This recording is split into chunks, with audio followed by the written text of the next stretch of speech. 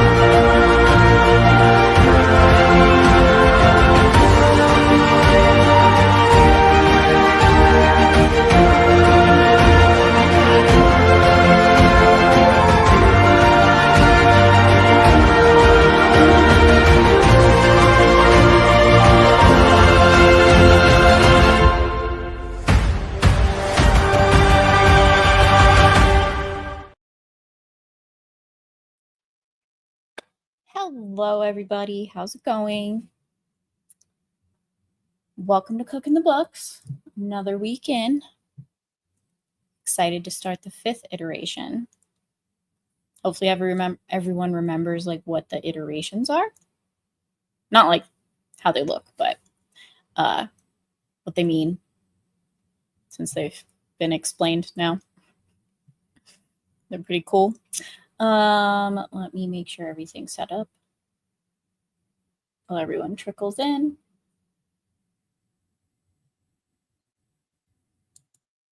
And yeah, how was everybody's day? Happy Wednesday, hump day, whatever you want to call it. I did put up a pseudo shade for now because I didn't have time to try out what I wanted to try. So you can kind of see the sun over here a little bit on my arm. But I may have to turn this as the sun goes. Actually, it should be going that way. So I might be fine. You can actually see me. I know I'm disappearing as I'm over here in scooch, I guess. But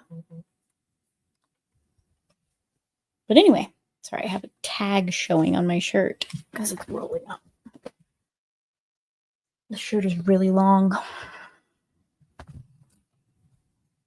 But anyway, welcome. Hello. I'm going to say hi to chat now. Go. Hello, Legatus, with your yeehaw. Someone is excited, it would seem. And then we have Yikes Teardrops Dumpster Big Mac. Hello, welcome. I feel like I recognize your profile picture, but your name is different, and I'm assuming you meant this one as the greeting. Hi, Kel. Baby Triceratops. Is everyone who in chat is going to see that movie? Like, are you going to be there no matter what? What is it? Jurassic World Rebirth or something along those lines? I'm assuming you're probably not excited for it, but it is dinosaurs. So I'm assuming all of you or most of you is probably going to go. I might actually go. The jury's still out. I really don't like Downsasaur. Nor do I like the female lead emphasis on things, but who knows? Maybe it'll be good. I definitely do want to see the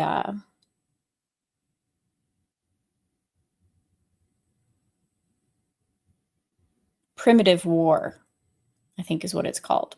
Primitive Warfare? Is that what it was? Pretty sure. But it's a dino movie too, in like Vietnam era. So I feel like it'd be kind of cool to see. I'm more excited for that than Jurassic World, mainly because I'm very tired of the Jurassic World movies, even though this is like a rebirth, reboot, whatever. Hi, Kratos. How's it going? Goddess. Greeting everybody. No, this is my normal start time. Starting at 6:30 Mountain Time is generally an exception if I get off of work late and I need a little bit more time. But I was off of work normal time today, so maybe you'll see it, Kel. Yeah, similar boat to me.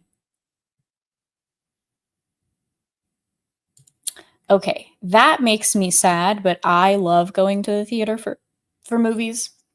I'm very choosy nowadays because Disney has ruined everything. Like, I blame Disney for just ruining the industry at this point. It's just, they're not my favorite. But that's also with, like, my brother and I would always, like, even when he went to college and came back, I was still in high school, like, we went to movies together. That was our thing. I still have a couple of ticket stubs, like paper ticket stubs from doing that. So they did a red carpet interview with Baby Triceratops for this movie, and I approve.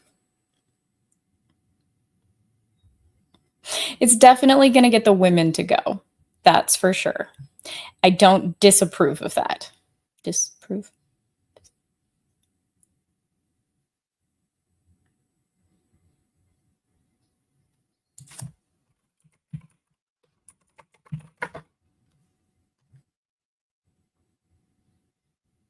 They're two different words? Huh, they are. Okay.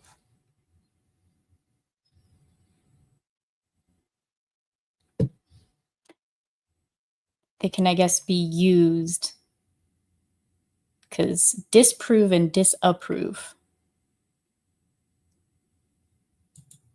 is part of the definition. Sorry, you just saw in real time what I do sometimes when I doubt words or spellings or meanings. I just go look them up. Hi, Cliff. Welcome. It'll only go if... Well, you got to come up here to do so then. I had a feeling you'd probably see it. I'm going to see it, but I'm not going to like it. I'll wait till I hear good new things before paying for it versus... Aha, I see. I see what you mean. And I was meaning go see it, but I don't think I clarified that well. So duly noted. But even hanging out with Captain Jack, watching it could be part of that question too. Because there are things that I'm not even going to do that with. So I'll take it back. What's up, Cliff? Thank you. I already said what's up to you. I meant thank you. I'm losing my mind. Don't judge me. I appreciate the snacks.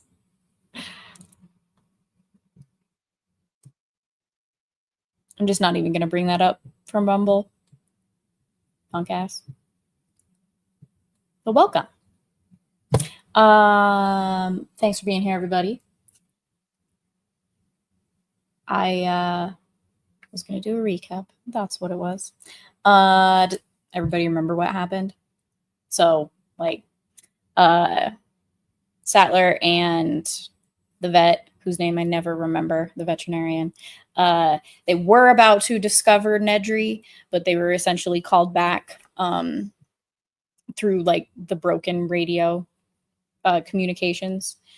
Didn't exactly know why, because obviously the radio wasn't working. So they get back there, they kind of switch people out. So Gennaro goes with Muldoon back out in the Jeep so he can go do the things. Try and find Nedry. What was it? He was fix the park and whatnot. While they're out, they discover a leg, which ends up being Ed Regis's leg. So they discover that he died. And they kind of get to the scene, the T-Rex area. They discover Malcolm after Muldoon susses out that Tim was thrown into the tree with the Jeep. And he like looks for tracks, footprints, whatever. Gennaro's kind of being a city boy and asking stupid questions, which annoyed me last week. It's fine if like he's asking those questions as they're looking at the footprints and everything. But if you're just going to ask the question without any information and without looking for any information, it just gets under my skin. But anyway, so they figure out that at least Tim might be alive and maybe another adult. And then they discover Malcolm, who had put a tourniquet on, which saved his life, obviously. He wakes up for a little bit. They get him back. Sattler's there to take care of him and stuff. Hammond is being a little asshole. He's basically how I equate it. So anybody who was in the military, he's being an officer to Arnold, who would essentially be the enlisted trying to do their damn job, and the officers they're pestering. Why isn't this done? Why isn't this done? Why can't I call home? Why can't I video chat with people? This should be easy. Fix it. Pestering, annoying, not letting you get your job done, trying to explain that like there's a rainstorm, not allowing me to communicate with the satellite right now because the line of sight is broken type of shit. That's a very specific example from my time in communications, satellite communications in the military. But you can understand how that gets irritating. So that's what Hammond's doing, being really annoying. And then it kind of cuts to them Arnold and them trying to get the power back up, which they do get the power back up. I don't want to say easily, but the phone lines are still down. While they're doing all of that, Grant and the kids are trying to figure out a way to get out of the T-Rex's paddock area. They climb the electric fence after Grant climbed a tree to like kind of scope out the area from a high vantage point and saw a hut type of maintenance shed in the other paddock, which turns out to be, I believe, the hadrosaurs. Correct me if I'm wrong, chat. I will, Kel, thank you. I just noticed your comment after the recap. Maybe I'll play it. And hello, the lovely Sherry. Welcome, my dear. How are you?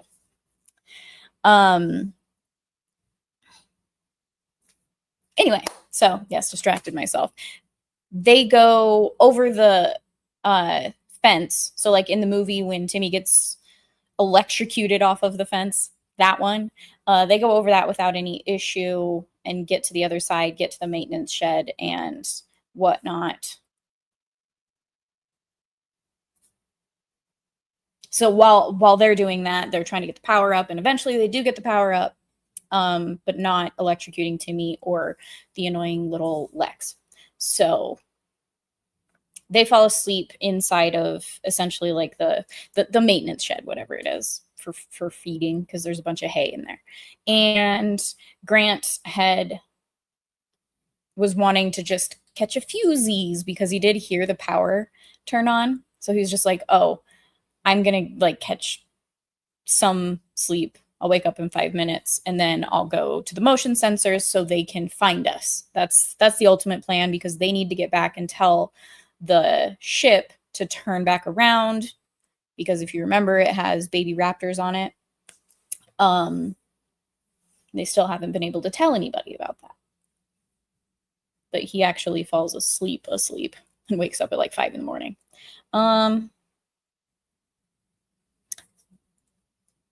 So people in the control room and Muldoon and whatnot, like Muldoon did not want to stay out that night. Like when they discovered that the T-Rex had actually went to the hadrosaur paddock while the power was out, they discover that in control. Like Grant and the kids don't know this yet. They will later.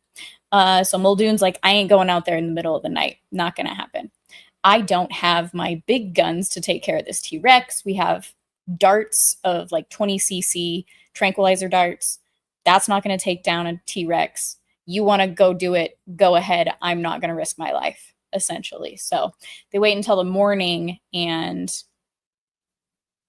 they go out and do a bunch of cleanup of like the animals that are in the wrong locations, all of that type of stuff.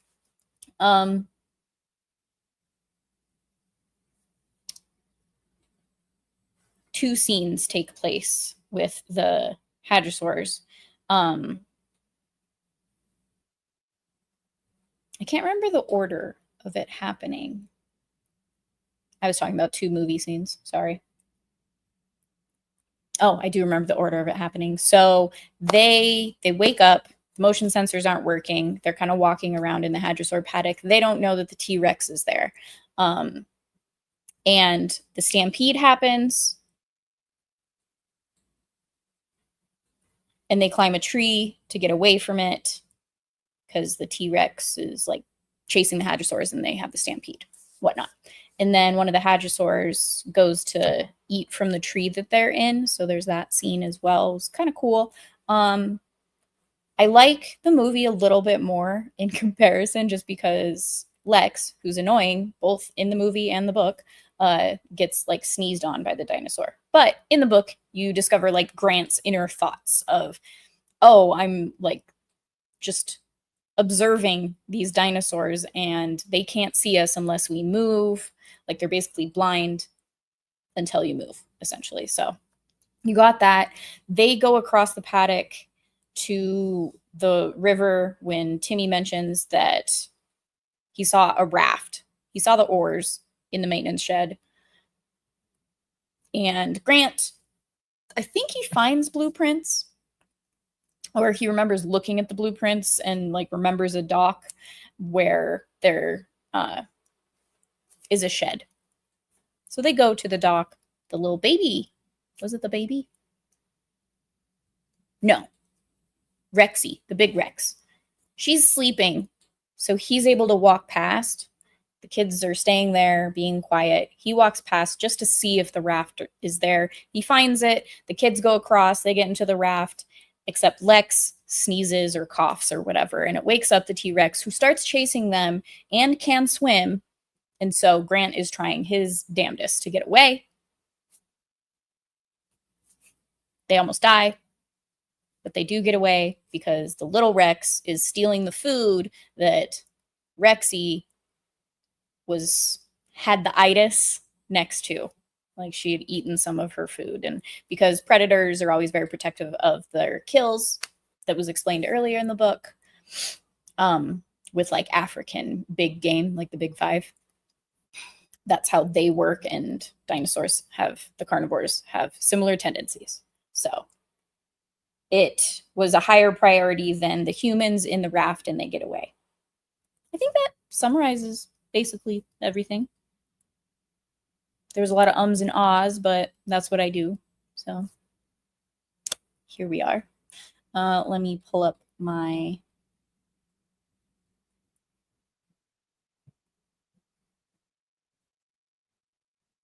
comments here. What's an officer? Yeah, Cliff. Shut up. Being a tech in comms, yeah. Many times I had to leave the area because dumbasses were pestering the operators. There was one time I was still a lance corporal, and my sergeant had to tell me to leave the tent and go have a smoke because the officer wouldn't leave, and he could tell that I was ready to blow my top because it was raining and we couldn't connect to the goddamn satellite because it was fucking raining. So it was a very circular conversation of him being retarded, the officer, not understanding basic shit. And he's a comms officer. So but officer,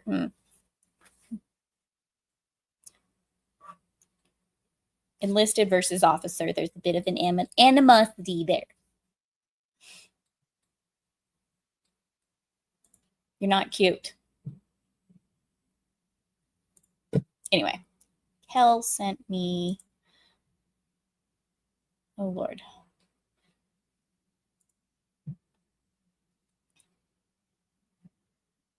Oh my God, it's so cute. Okay. Let me just, and this is why he sent it to me and why I approve, I'm sure. Just, oh my God. All right. I definitely have to share this. So before we start up, I'm going to share this lovely adorableness with everybody, and you get to watch me be girl.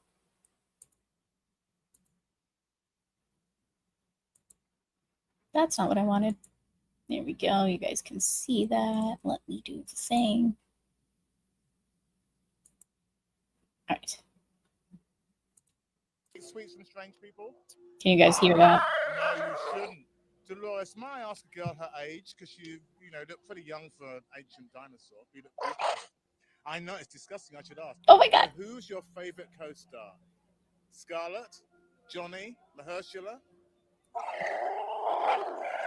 None of the above. None of the above. So how come you turned out to be such a sweetheart? Are we allowed to give that away? Because I thought, I know it's a spoiler, but you were a sweetheart and we love you. This is freaking great. You know, you're gonna be in the next even though they next Jurassic movie, yes? Look and sound similar, she definitely does better than Rachel Zegler on the carpet.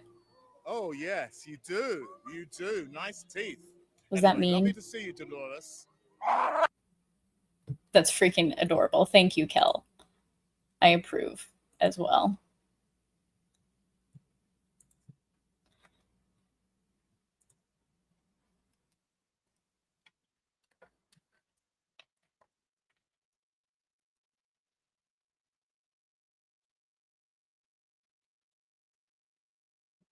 Oh, you hush.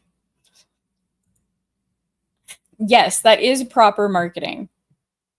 Specific, like, that.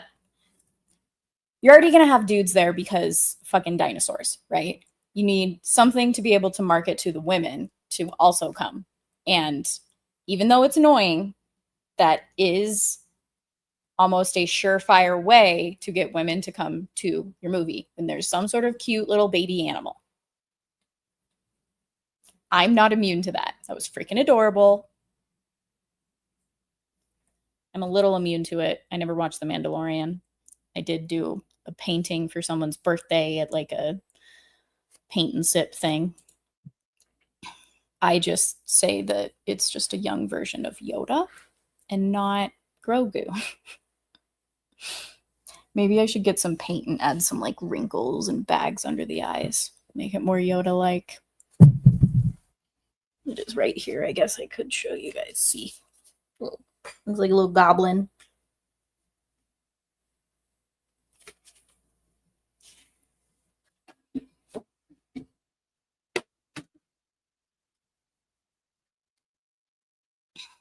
All right. Let's get into it after that adorableness. Is this going to work? Why does this look so different? Maybe I'm crazy.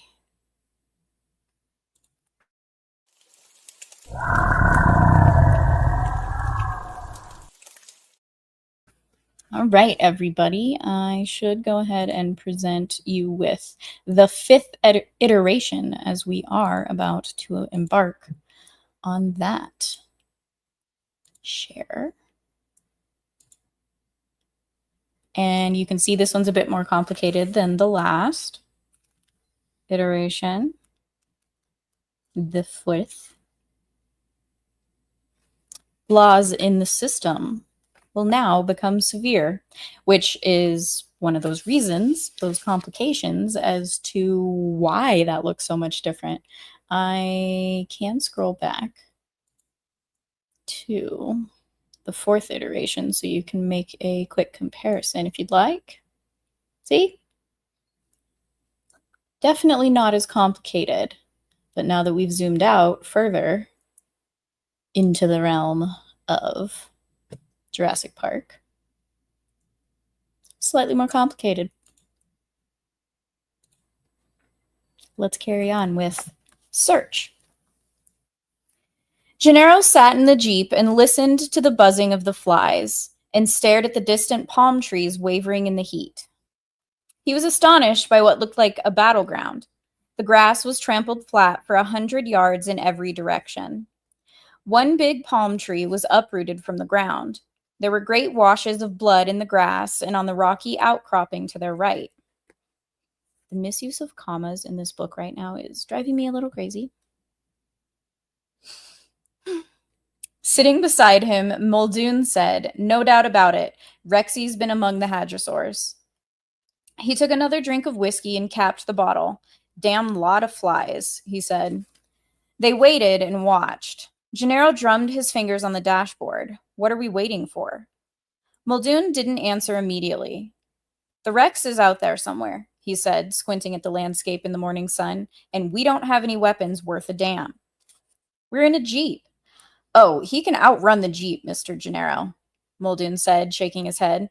"Once we leave this road and go onto open terrain, the best we can do in a four-wheel drive is 30, 40 miles an hour. He'll run us right down. No problem for him." Muldoon sighed. "But I don't see much moving out there now. You ready to live dangerously?" "Sure," Gennaro said. Muldoon started the engine, and at the sudden sound, two small Othnielians leapt up from the matted grass directly ahead. Muldoon put the car in gear. He drove in a wide circle around the trampled site and then moved inward, driving in decreasing concentric circles until he finally came to the place in the field where the little Othnielians had been. Then he got out and walked forward in the grass away from the Jeep. He stopped as a dense cloud of flies lifted into the air. "What is it?" Gennaro called.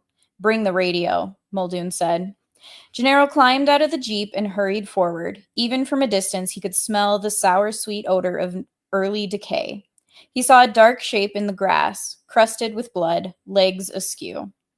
"Young hadrosaur," Muldoon said, staring down at the carcass. The whole herd stampeded, and the young one got separated, and the T-Rex brought it down. "How do you know?" Gennaro said. "The flesh was ragged from many bites." "You can tell from the excreta," Muldoon said. "See those chalky white bits there in the grass? That's hadrospore. Uric acid makes it white. But you look there," he pointed to a large mound rising knee-high in the grass. "That's tyrannosaur spore." "How do you know the tyrannosaur didn't come later?" "The bite pattern," Muldoon said. "See those little ones there?" He pointed along the belly. "Those are from the Othies." Othies? Yeah, the Othies. "Those bites haven't bled. They're post-mortem, from scavengers." Othies did that, but the hadro was brought down by a bite on the neck. You see the big slash there above the shoulder blades? And that's the T-Rex, no question. Gennaro bent over the carcass, staring at the awkward, trampled limbs with a sense of unreality. Beside him, Muldoon flicked on his radio. "Control." "Yes," John Arnold said over the phone. Over the radio. "We got another hadra dead, juvenile." Muldoon bent down among the flies and checked the skin on the sole of the right foot. A number was tattooed there. "Specimen is number HD09. The radio crackled. "I've got something for you," Arnold said. "Oh? What's that?" "I found Nedry." The Jeep burst through the line of palm trees along the east road and came up into a narrower service road leading toward the Jungle River. It was hot in this area of the park. The jungle close, and fetid? Fatigued? I've always wondered how that word sounded. Bear with me.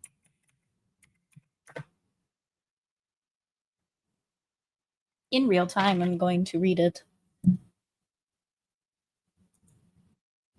Fetid. Stupid word.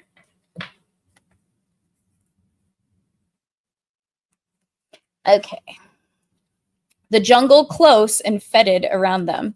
Muldoon was fiddling with the computer monitor in the Jeep, which now showed a map of the resort with overlaid grid lines. They found him up on remote video. He said, Sector 1104 is just ahead.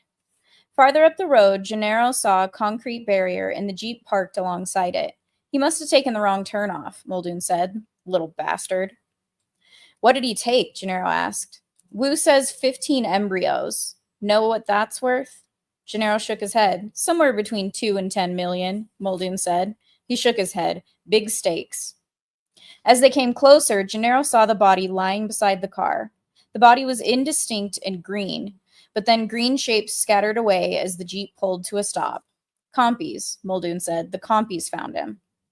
A dozen Percompsognathids, delicate little predators no larger than ducks, stood at the edge of the jungle, chittering excitedly as the men climbed out of the car. Dennis Nedry lay on his back, the chubby, boyish face now red and bloated. Flies buzzed around the gaping mouth and thick tongue. His body was mangled, the intestines torn open, one leg chewed through. Gennaro turned away quickly to look at the little compies, which squatted on their hind legs a short distance away and watched the men curiously. The little dinosaurs had 5-fingered hands, he noticed. They wiped their faces and chins, giving them an eerily human quality, which, I'll be damned, Muldoon said, wasn't the compies. What? Muldoon was shaking his head. See these blotches? On his shirt and his face? Smell that sweet smell like old dried vomit? Sweet smell? Dried vomit? Gennaro rolled his eyes. He smelled it. That's dilosaliva.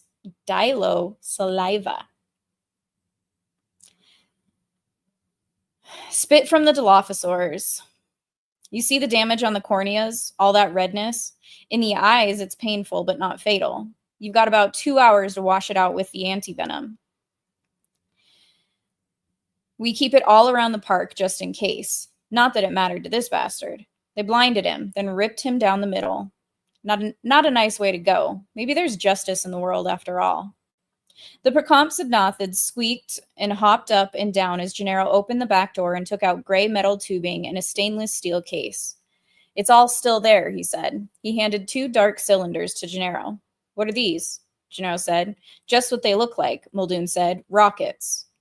As Gennaro backed away, he said, Watch it. You don't want to step in something. Gennaro stepped carefully over Nedry's body. Muldoon carried the tubing to the other Jeep and placed it in the back.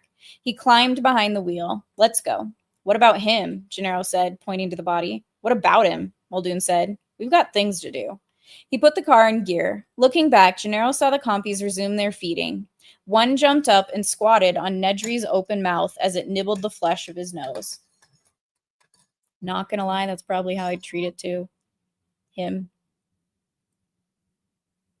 It as in the situation. The jungle river became narrower. The banks closed in on both sides until the trees and foliage overhanging the banks met high above to block out the sun. Tim heard the cry of birds and saw small chirping dinosaurs leaping among the branches, but mostly it was silent, the air hot and still beneath the canopy of trees. Grant looked at his watch. It was 8 o'clock. They drifted along peacefully among dappled patches of light. If anything, they seemed to be moving faster than before. Awake now, Grant lay on his back and stared up at the branches overhead. In the bow, he saw Lex reaching up. Hey, what are you doing? He said. You think we can eat these berries? She pointed to the trees. Some of the overhanging branches were close enough to touch.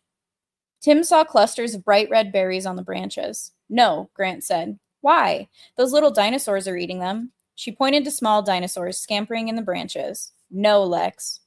She sighed, dissatisfied with his authority. I wish Daddy was here. Daddy always knows what to do. What are you talking about? Tim said. He never knows what to do. Yes, he does, she sighed. Lex stared at the trees as they slid past, their big roots twisting toward the water's edge. Just because you're not his favorite. Tim turned away, said nothing. But don't worry, Daddy likes you too, even if you're into computers and not sports. Dad's a real sports nut, Tim explained to Grant. Grant nodded.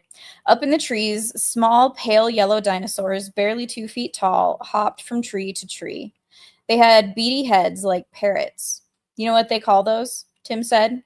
Microceratops. Big deal, Lex said. I thought you might be interested. Only very young boys, she said, are interested in dinosaurs. Says who? Daddy. Tim started to yell, but Grant raised his hand. Kids, he said, shut up. Why? Lex said. I can do what I want if I... Then she fell silent, because she heard it too. It was a blood-curdling shriek from somewhere downriver. Dun, dun, dun. Well, where the hell is the damn Rex? Muldoon said, talking into the radio, because we don't see him here. They were back at the Sauropod compound, looking out at the trampled grass where the hadrosaurs had stampeded. That's my bad. It was the Sauropod, not the hadrosaurs. Sauropod? Whatever. The Tyrannosaur was nowhere to be found. Checking now, Arnold said, and clicked off.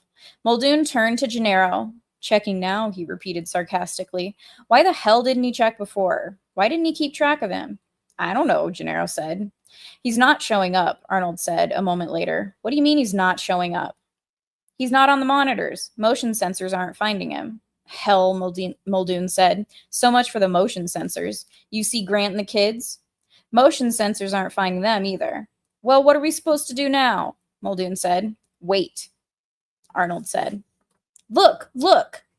Directly ahead, the big dome of the aviary rose above them. Grant had seen it only from a distance. Now he realized it was enormous, 1/4 of a mile in diameter or more. The pattern of geodesic struts shone dully through the light mist, and his first thought was that the glass must weigh a ton. Then, as they came closer, he saw there wasn't any glass, just struts. A thin mesh hung inside the elements. It isn't finished, Lex said. I think it's meant to be open like that, Grant said. Then all the birds can fly out. Not if they're big birds, Grant said.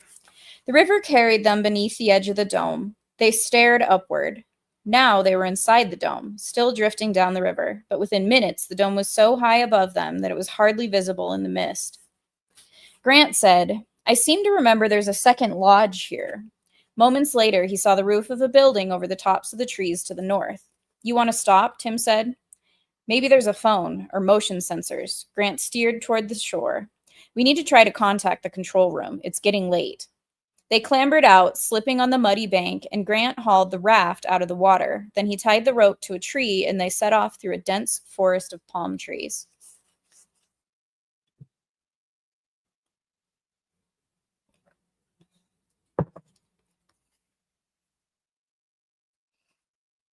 Aviary. I just don't understand, John Arnold said, speaking into the phone. I don't see the Rex, and I don't see Grant and the kids anywhere either. He sat in front of the consoles and gulped another cup of coffee. All around him, the control room was strewn with paper plates and half-eaten sandwiches. Arnold was exhausted. It was 8 a.m. on Saturday. In the 14 hours since Nedry destroyed the computer that ran Jurassic Park, Arnold had patiently pulled systems back online, one after another. All the park systems are back and functioning correctly. The phones are working. I've called for a doctor for you. Oh, that was the other thing in the recap I forgot to mention. They did a full system shutdown, which Arnold did not want to do because he didn't know what the results would be. But everything turned back on. So, on the other end of the line, Malcolm coughed. Arnold was talking to him in his room at the lodge. But you're having trouble with the motion sensors? Well, I'm not finding what I'm looking for, like the Rex. He's not reading at all now. He started north about 20 minutes ago, following along the edge of the lagoon, and then I lost him. I don't know why, unless he's gone to sleep again. And you can't find Grant and the kids? No. I think it's quite simple, Malcolm said. The motion sensors cover an inadequate area. Inadequate? Arnold bristled. They cover 92% of the land area, I remember, Malcolm said. But if you put the remaining areas up on the board, I think you'll find that the 8% is topologically unified, meaning that those areas are contiguous. In essence, an animal can move freely anywhere in the park and escape detection by following a maintenance road or the jungle river or the beaches or whatever. Even if that were so, Arnold said, the animals are too stupid to know that. It's not clear how stupid the animals are, Malcolm said. You think that's what Grant and the kids are doing? Arnold said. Definitely not, Malcolm said, coughing again. Grant's no fool. He clearly wants to be detected by you. He and the kids are probably waving at every motion sensor in sight.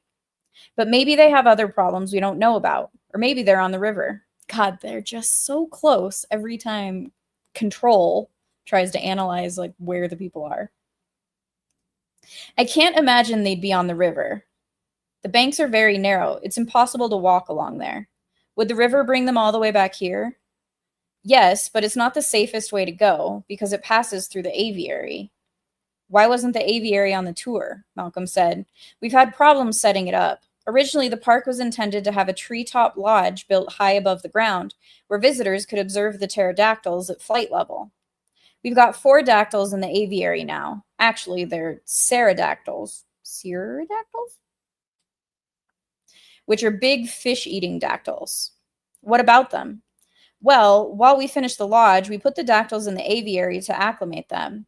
But that was a big mistake. It turns out our fish hunters are territorial. Territorial? Fiercely territorial, Arnold said. They fight among themselves for territory, and they'll attack any other animal that comes into the area they've marked out. Ooh. Attack? It's impressive, Arnold said. The dactyls glide to the top of the aviary, fold up their wings, and dive. A 30-pound animal will strike a man on the ground like a ton of bricks. God, the foreshadowing of this book is great. They were knocking the workmen unconscious, cutting them up pretty badly. That doesn't injure the dactyls? Not so far. So if those kids are in the aviary, they're not, Arnold said. At least I hope they're not. Is that the lodge? Lex said. What a dump. Beneath the aviary dome, Terratop's Lodge was built high above the ground on wooden pylons in the middle of a stand of fir trees. But the building was unfinished and unpainted. The windows were boarded up. The trees in the lodge were splattered with broad white streaks. I guess they didn't finish it for some reason, Grant said, hiding his disappointment. He glanced at his watch. Come on, let's go back to the boat. The sun came out as they walked along, making the morning more cheerful. Grant looked at the latticework shadows on the ground from the dome above. He noticed that the ground and the foliage were spattered with broad streaks of the same white, chalky substance that had been on the building, and there was a distinctive, sour odor in the morning air.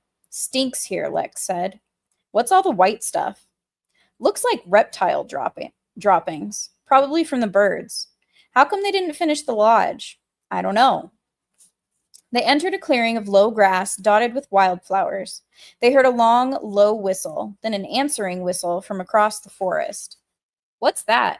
I don't know. Then Grant saw the dark shadow of a cloud on the grassy field ahead. The shadow was moving fast.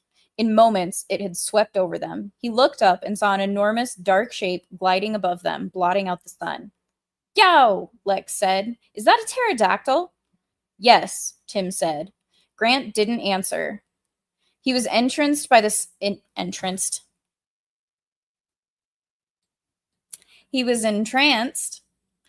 sight of the huge flying creature. In the sky above, the pterodactyl gave a low whistle and wheeled gracefully, turning back toward them. How come they're not on the tour? Tim said. Grant was wondering the same thing. The flying dinosaurs were so beautiful, so graceful as they moved through the sky. As Grant watched, he saw a second pterodactyl appear in the sky and a third and a fourth. Maybe because they didn't finish the lodge, Lex said. Grant was thinking these weren't ordinary pterodactyls. They were too large. They must be pterodactyls. Pterodactyls? Big flying reptiles from the early Cretaceous. When they were high, these looked like small airplanes. When they came lower, he could see the animals had 15-foot wingspans, furry bodies, and heads like crocodiles. They ate fish, he remembered. South America and Mexico. Lex shaded her eyes and looked up at the sky. Can they hurt us? I don't think so. They eat fish. One of the dactyls spiraled down, a flashing dark shadow that whooshed past them with a rush of warm air and a lingering sour odor. Wow, Lex said. They're really big. And then she said, Are you sure they can't hurt us? Pretty sure. A second dactyl swooped down, moving faster than the first. It came from behind, streaked over their heads. Grant had a glimpse of its toothy beak and the furry body. It looked like a huge bat, he thought, but Grant was impressed with the frail appearance of the animals. Their huge wingspans, the delicate pink membranes stretched across them, so thin they were translucent, everything reinforced the delicacy of the dactyls. Ow! Lex shouted, grabbing her hair. He bit me. He what? Grant said. He bit me. He bit me. When she shook her hand away, he saw blood on her fingers. Up in the sky, two more dactyls folded their wings, collapsing into small dark shapes that plummeted toward the ground. They made a kind of scream as they hurtled downward. Come on, Grant said, grabbing their hands. They ran across the meadow, hearing the approaching scream, and he flung himself on the ground at the last moment, pulling the kids down with him, as the two dactyls whistled and squeaked past them, flapping their wings. Grant felt claws tear the shirt along his back. Then he was up, pulling Lex back onto her feet and running with Tim a few feet forward, while overhead two more birds wheeled and dove toward them, screaming. At the last moment, he pushed the kids to the ground, and the big shadows flapped past. Ugh, Lex said, disgusted. He saw that she was streaked with white droppings from the birds. Grant scrambled to his feet. Come on. He was about to run when Lex shrieked in terror. He turned back and saw that one of the dactyls had grabbed her by the shoulders with its hind claws. The animal's huge, leathery wings, translucent in the sunlight, flapped broadly on both sides of her. The dactyl was trying to take off, but Lex was too heavy, and while it struggled, it repeatedly jabbed at her head with its long, pointed jaw. Lex was screaming, waving her arms wildly. Grant did the only thing he could think to do. He ran forward and jumped up, throwing himself against the body of the dactyl. He knocked it onto its back on the ground and fell on top of the furry body. He just tackled a goddamn pterodactyl.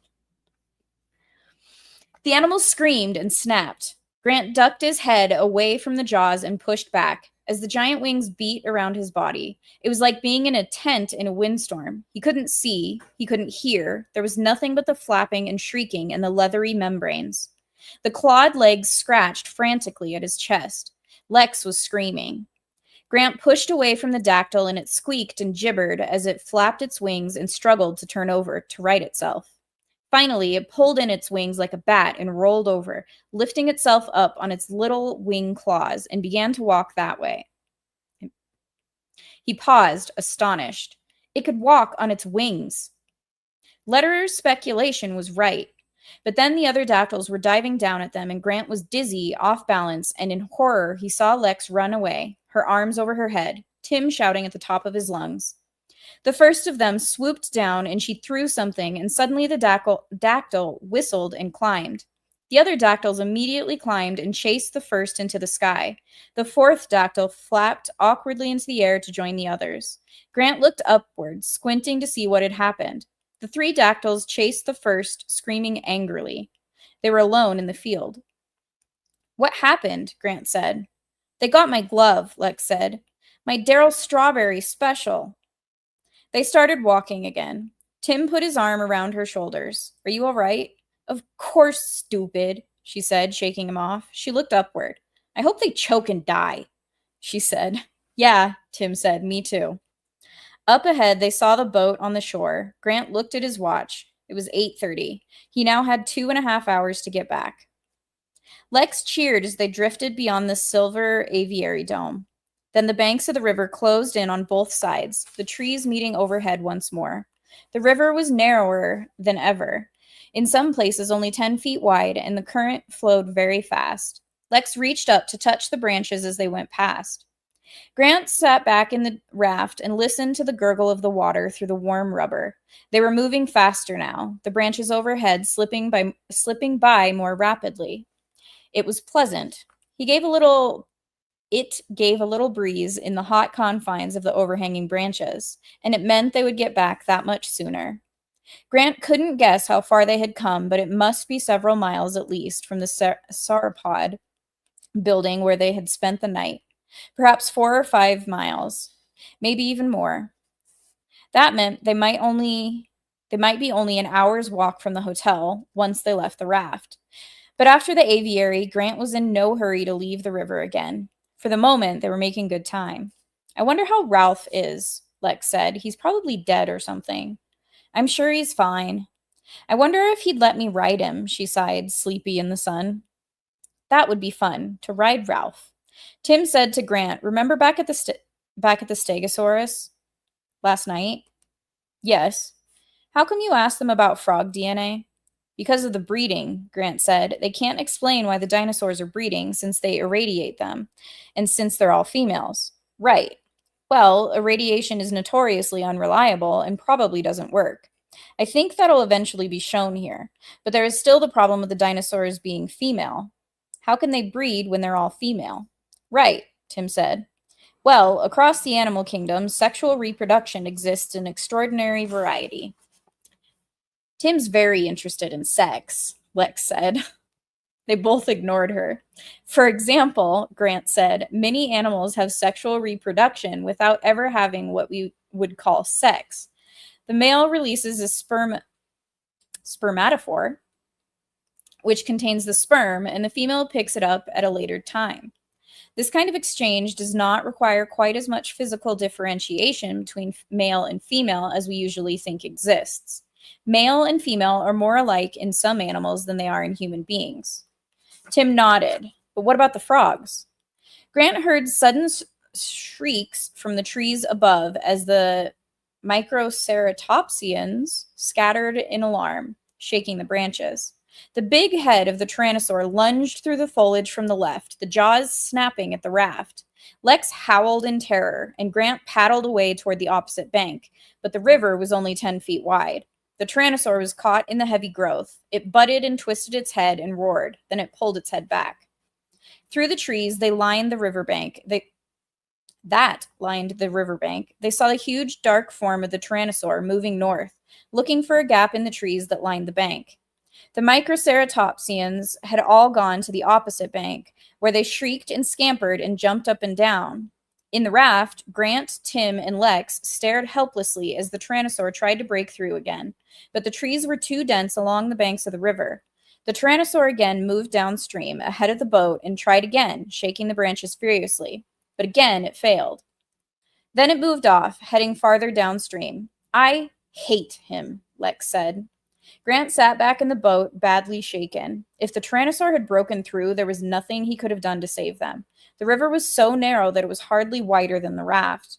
It was like being in a tunnel. The rubber gunwales often scraped on the mud as the boat was pulled along by the swift current. He glanced at his watch. Almost 9. The raft continued downstream. Hey, Lex said, listen. He heard snarling, interspersed by a repeated hooting cry. The cries were coming from beyond a curve, farther downriver. He listened and heard the hooting again.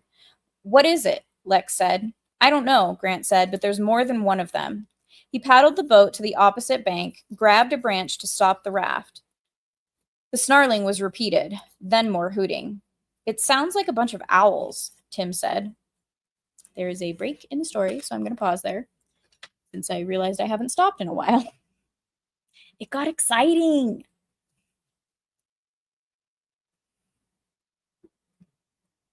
What do you guys think? Just when they relaxed, of course, something had to happen. That's exactly what I was thinking when I was reading it, too. I'm like, oh, you guys are relaxed. That's cute. Something bad's about to happen.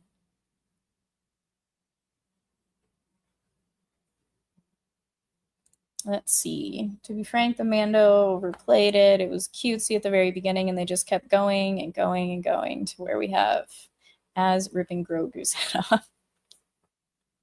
Did Az do that? I haven't watched him in a while. Nice.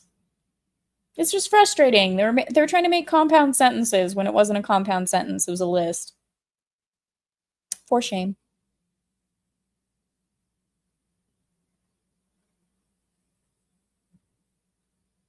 Like Boba Fett is eyed? I don't know what you mean. Please explain.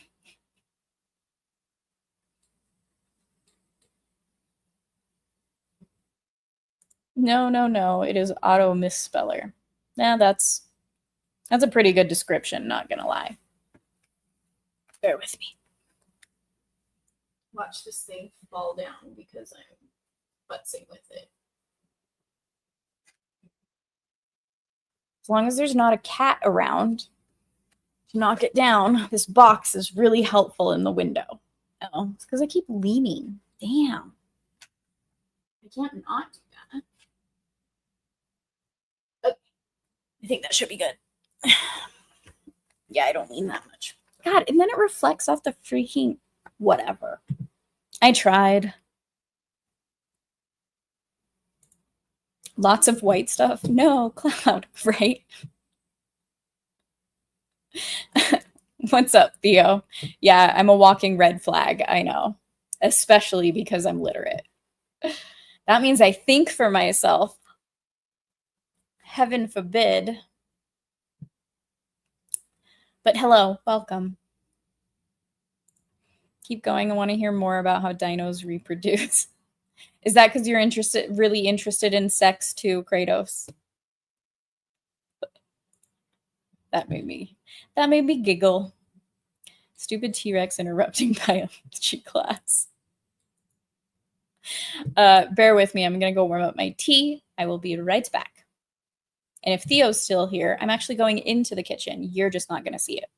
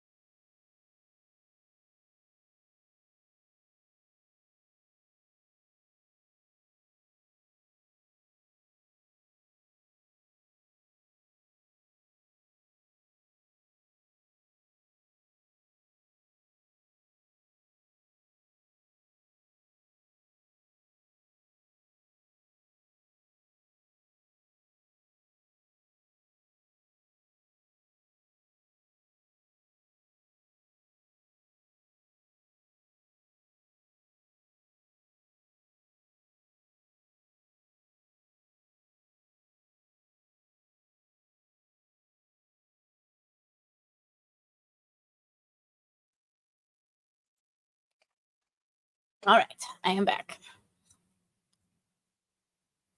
You'll get over it, Theo, I promise. See, I wasn't gone that long. It was barely a minute.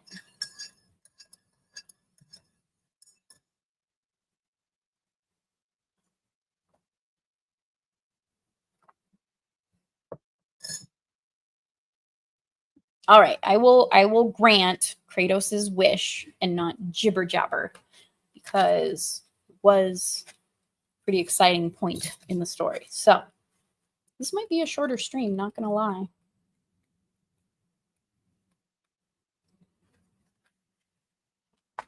Let's do it to it.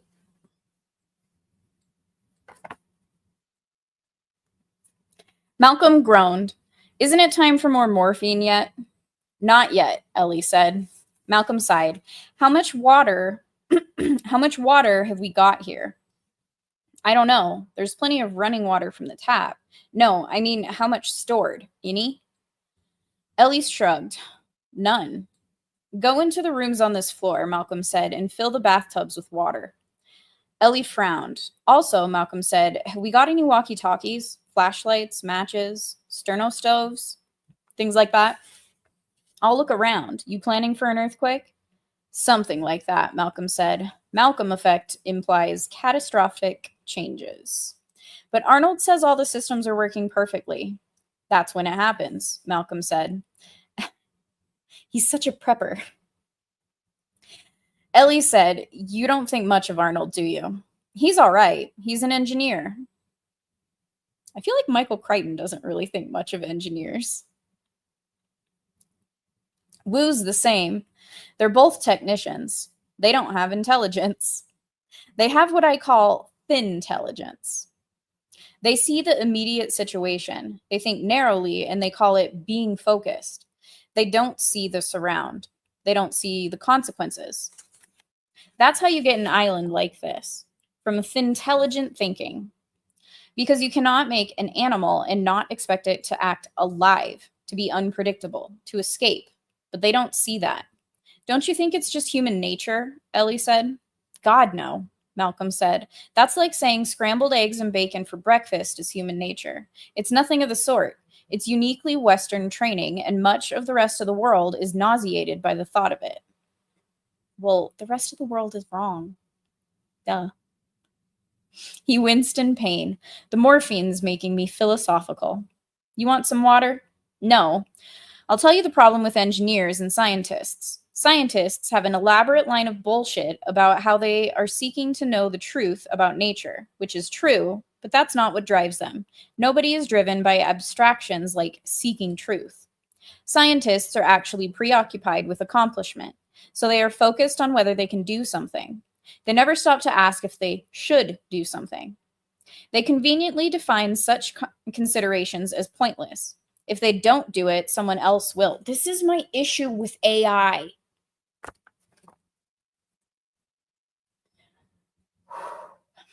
Discovery, they believe, is inevitable. So they just try to do it first.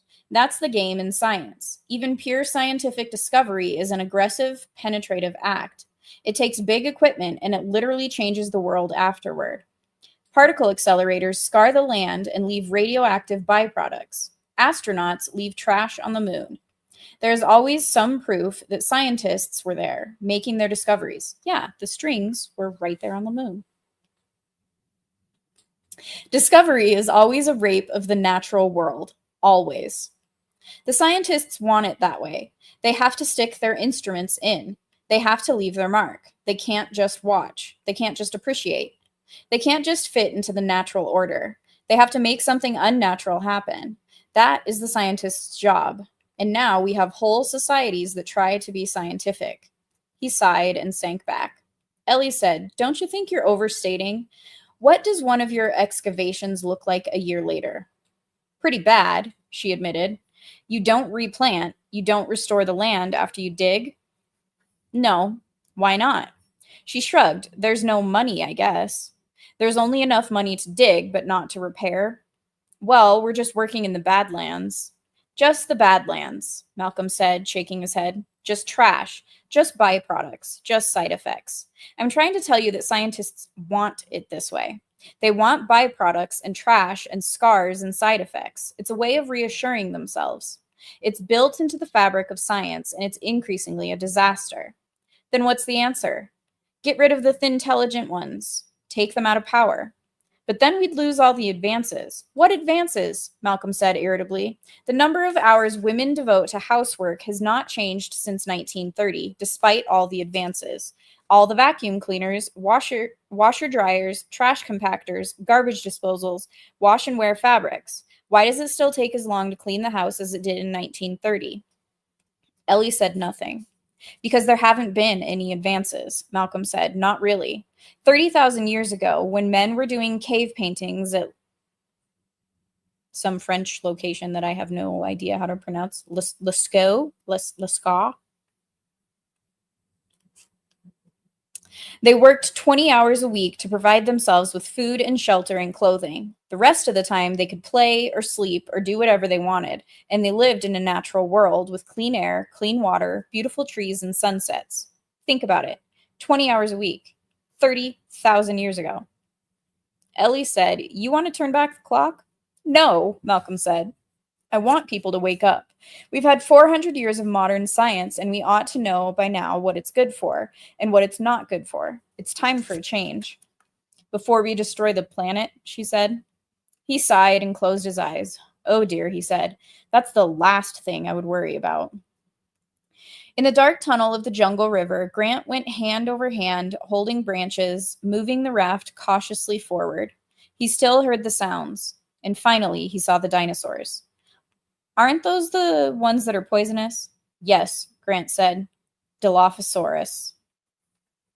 Standing on the riverbank were two Dilophosaurs. The 10-foot-tall bodies were spotted yellow and black. Underneath the bellies were bright green, like lizards. Twin red curving crests ran along the top of the head from the eyes to the nose, making a V shape above the head. The bird-like quality was reinforced by the way they moved, bending to drink from the river, then rising to snarl and hoot. Lex whispered, "Should we get out and walk?"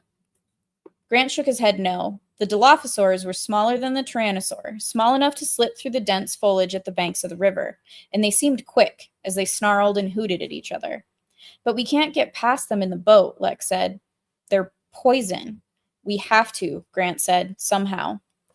The Dilophosaurs continued to drink and hoot. They seemed to be interacting with each other in a strangely ritualistic, repetitive way. The animal on the left would bend to drink, opening its mouth to bear long rows of sharp teeth, and then it would hoot.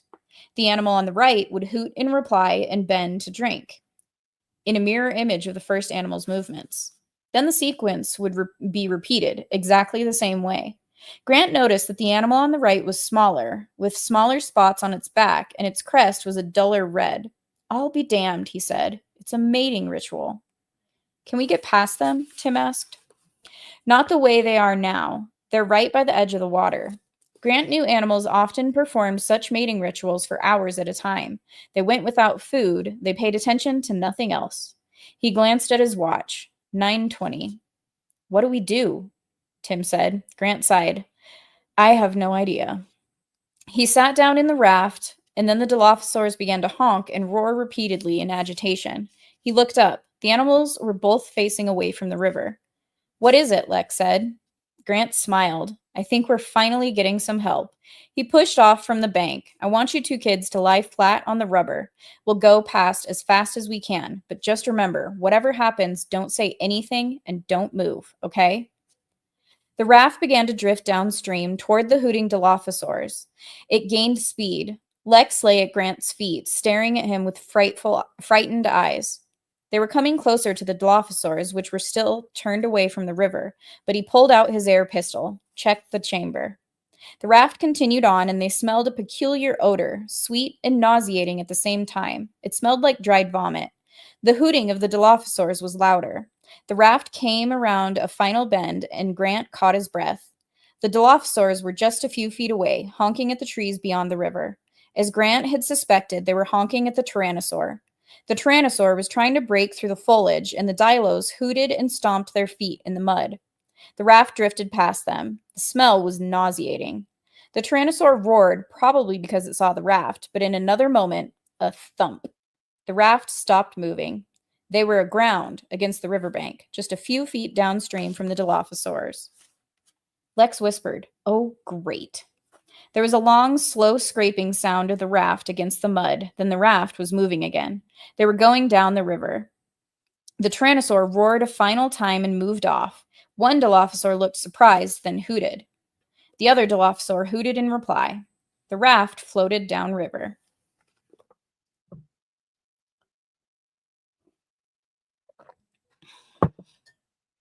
Tyrannosaur. I wonder if the Tyrannosaur is going to be in this chapter entitled as such. The Jeep bounced along in the glaring sun. Muldoon was driving, with Gennaro at his side.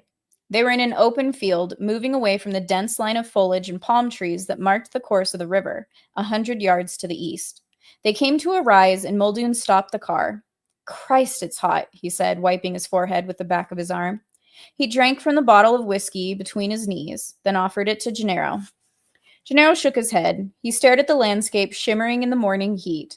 Then he looked down at the onboard computer and video monitor mounted in the dashboard. The monitor showed views of the park from remote cameras. Still no sign of Grant and the children, or of the Tyrannosaur. The radio crackled. Muldoon. Muldoon picked up the handset. Yeah. You got your onboards? I found the Rex. He's in grid 442, going to 443. Just a minute, Muldoon said, adjusting the monitor. Yeah, I got him now, following the river. The animal was slinking along the foliage that lined the banks of the river, going north. Take it easy with him. Just immobilize him. Don't worry, Muldoon said, squinting in the sun. I won't hurt him. Remember, Arnold said, the Tyrannosaurs are main tourist attraction. Muldoon turned off his radio with a crackle of static. Bloody fool, he said. They're still talking about tourists. Right? Like, whatever. Muldoon started the engine. Let's go see Rexy and give him a dose. The Jeep jolted over the terrain. You're looking forward to this, Gennaro said. I've wanted to put a needle in this big bastard for a while, Muldoon said, and there he is. They came to a wrenching stop. Through the windshield, Gennaro saw the Tyrannosaur directly ahead of them, moving among the palm trees along the river. Muldoon drained the whiskey bottle and threw it in the back seat. He reached back for his tubing. Gennaro looked at the video monitor, which showed their Jeep and the Tyrannosaur. There must be a closed-circuit camera in the trees somewhere behind. You want to help? Muldoon said. You can break out those canisters by your feet. Gennaro bent over and opened a stainless steel Halliburton case. It was padded inside with foam. 4 cylinders, each the size of a quart milk bottle, were nestled in the foam. They were all labeled MORO-709. He took one out. You snap off the tip and screw on a needle, Muldoon explained. Gennaro found a plastic package of large needles, each the diameter of his fingertip. He screwed one onto the canister. The opposite end of the canister had a circular lead weight. That's the plunger. Compresses on impact. Muldoon sat forward with the air rifle across his knees. It was made of heavy gray tubular metal and looked to Gennaro like a bazooka or a rocket launcher. What's MORO-79? Standard animal trank, Muldoon said. Zoos around the world use it. We'll try 1,000 cc's to start. Muldoon cracked open the chamber, which was large enough to insert his fist. He slipped the canister into the chamber and closed it. That should do it, Muldoon said. Standard elephant gets about 200 cc's, but they're only 2 or 3 tons each. Tyrannosaurus rex is 8 tons and a lot meaner. That matters to the dose. Why? Animal dose is partly body weight and partly temperament. You shoot the same dose of 709 into an elephant, a hippo, and a rhino, you'll immobilize the elephant so it just stands there like a statue. You'll slow down the hippo so it gets kind of sleepy, but it keeps moving, and the rhino will just get fighting mad. But on the other hand, you chase a rhino for more than 5 minutes in a car, and he'll drop dead from adrenaline shock. Strange combination of tough and delicate. Muldoon drove slowly toward the river, moving closer to the Tyrannosaur. But those are all mammals. We know a lot about handling mammals because zoos are built around the big mammalian attraction. Lions, tigers, bears, elephants. We know a lot less about reptiles, and nobody knows anything about dinosaurs. The dinosaurs are new animals. You consider them reptiles? Gennaro said. No, Muldoon said, shifting gears. Dinosaurs don't fit existing categories. He swerved to avoid a rock.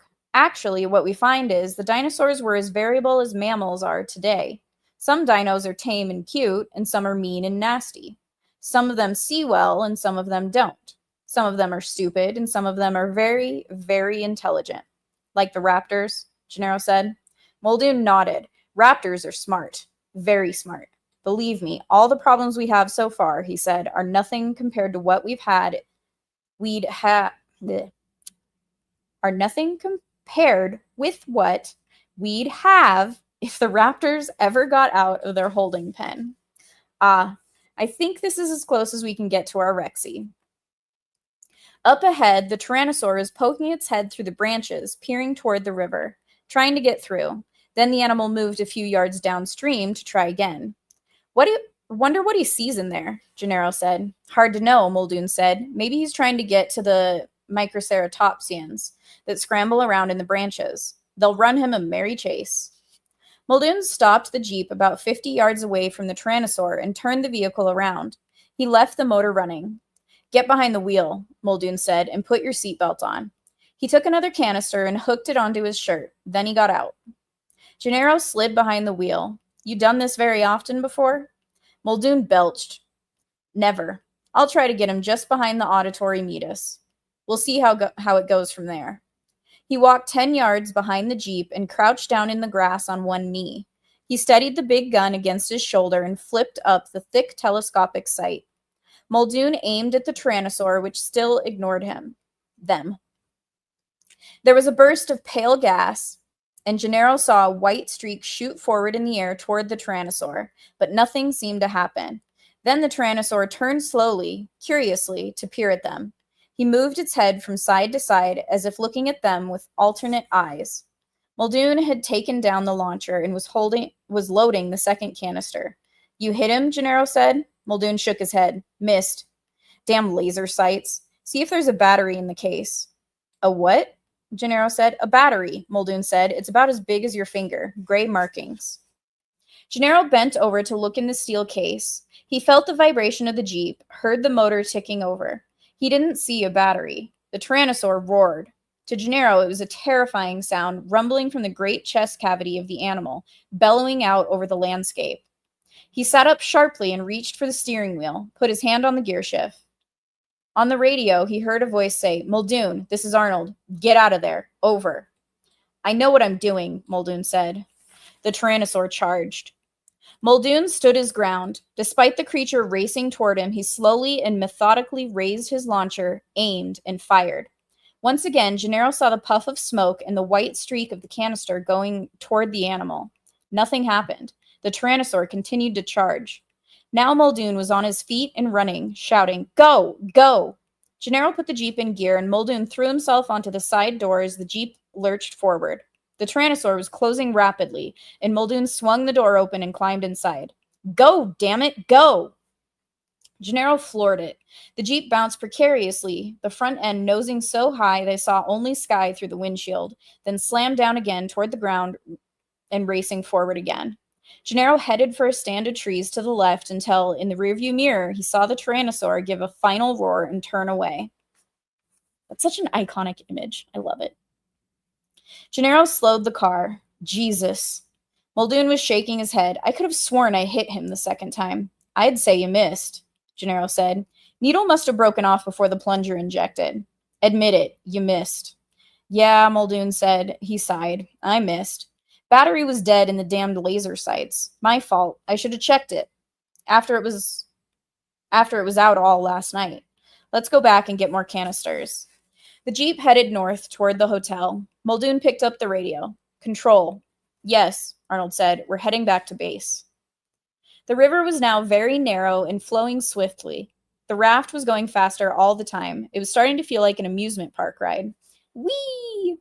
Lex yelled, holding on to the gunwale. Faster, faster!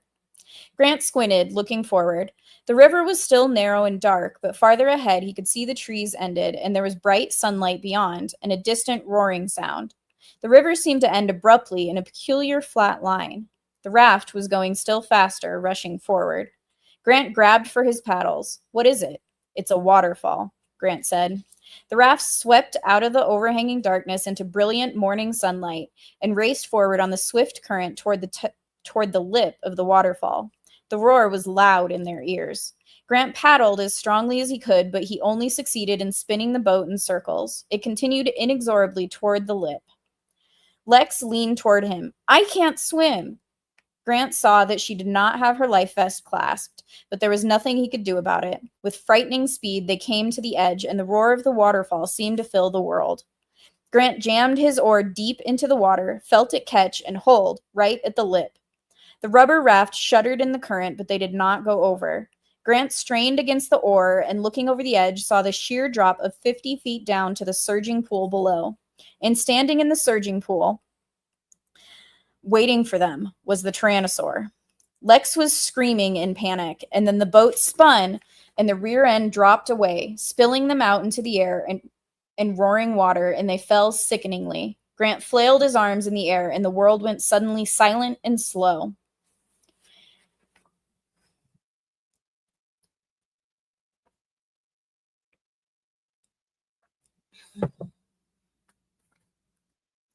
It seemed to him he fell for long minutes. He had time to observe Lex, clutching her orange jacket, falling alongside him. He had time to observe Tim, looking down at the bottom.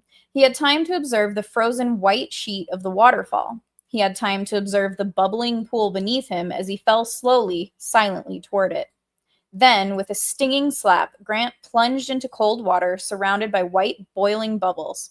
He tumbled and spun and glimpsed the leg of the tyrannosaur as he was swirled past it, swept down through the pool and out into the stream beyond.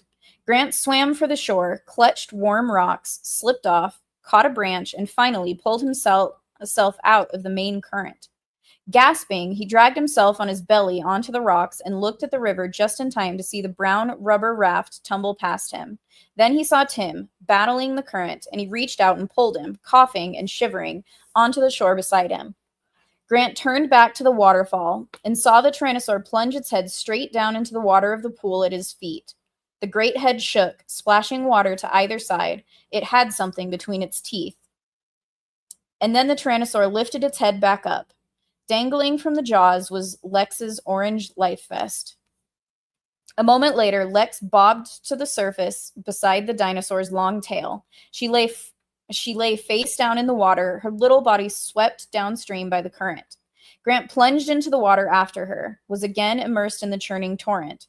A moment later, he pulled her up onto the rocks, a heavy, lifeless weight. Her face was gray. Water poured from her mouth. Grant bent over her to give her mouth to mouth, but she coughed. Then she vomited yellow-green liquid and coughed again. Her eyelids fluttered. "Hi," she said. She smiled weakly. "We did it." Tim started to cry. She coughed again. "Will you stop it? What are you crying for?" "Because."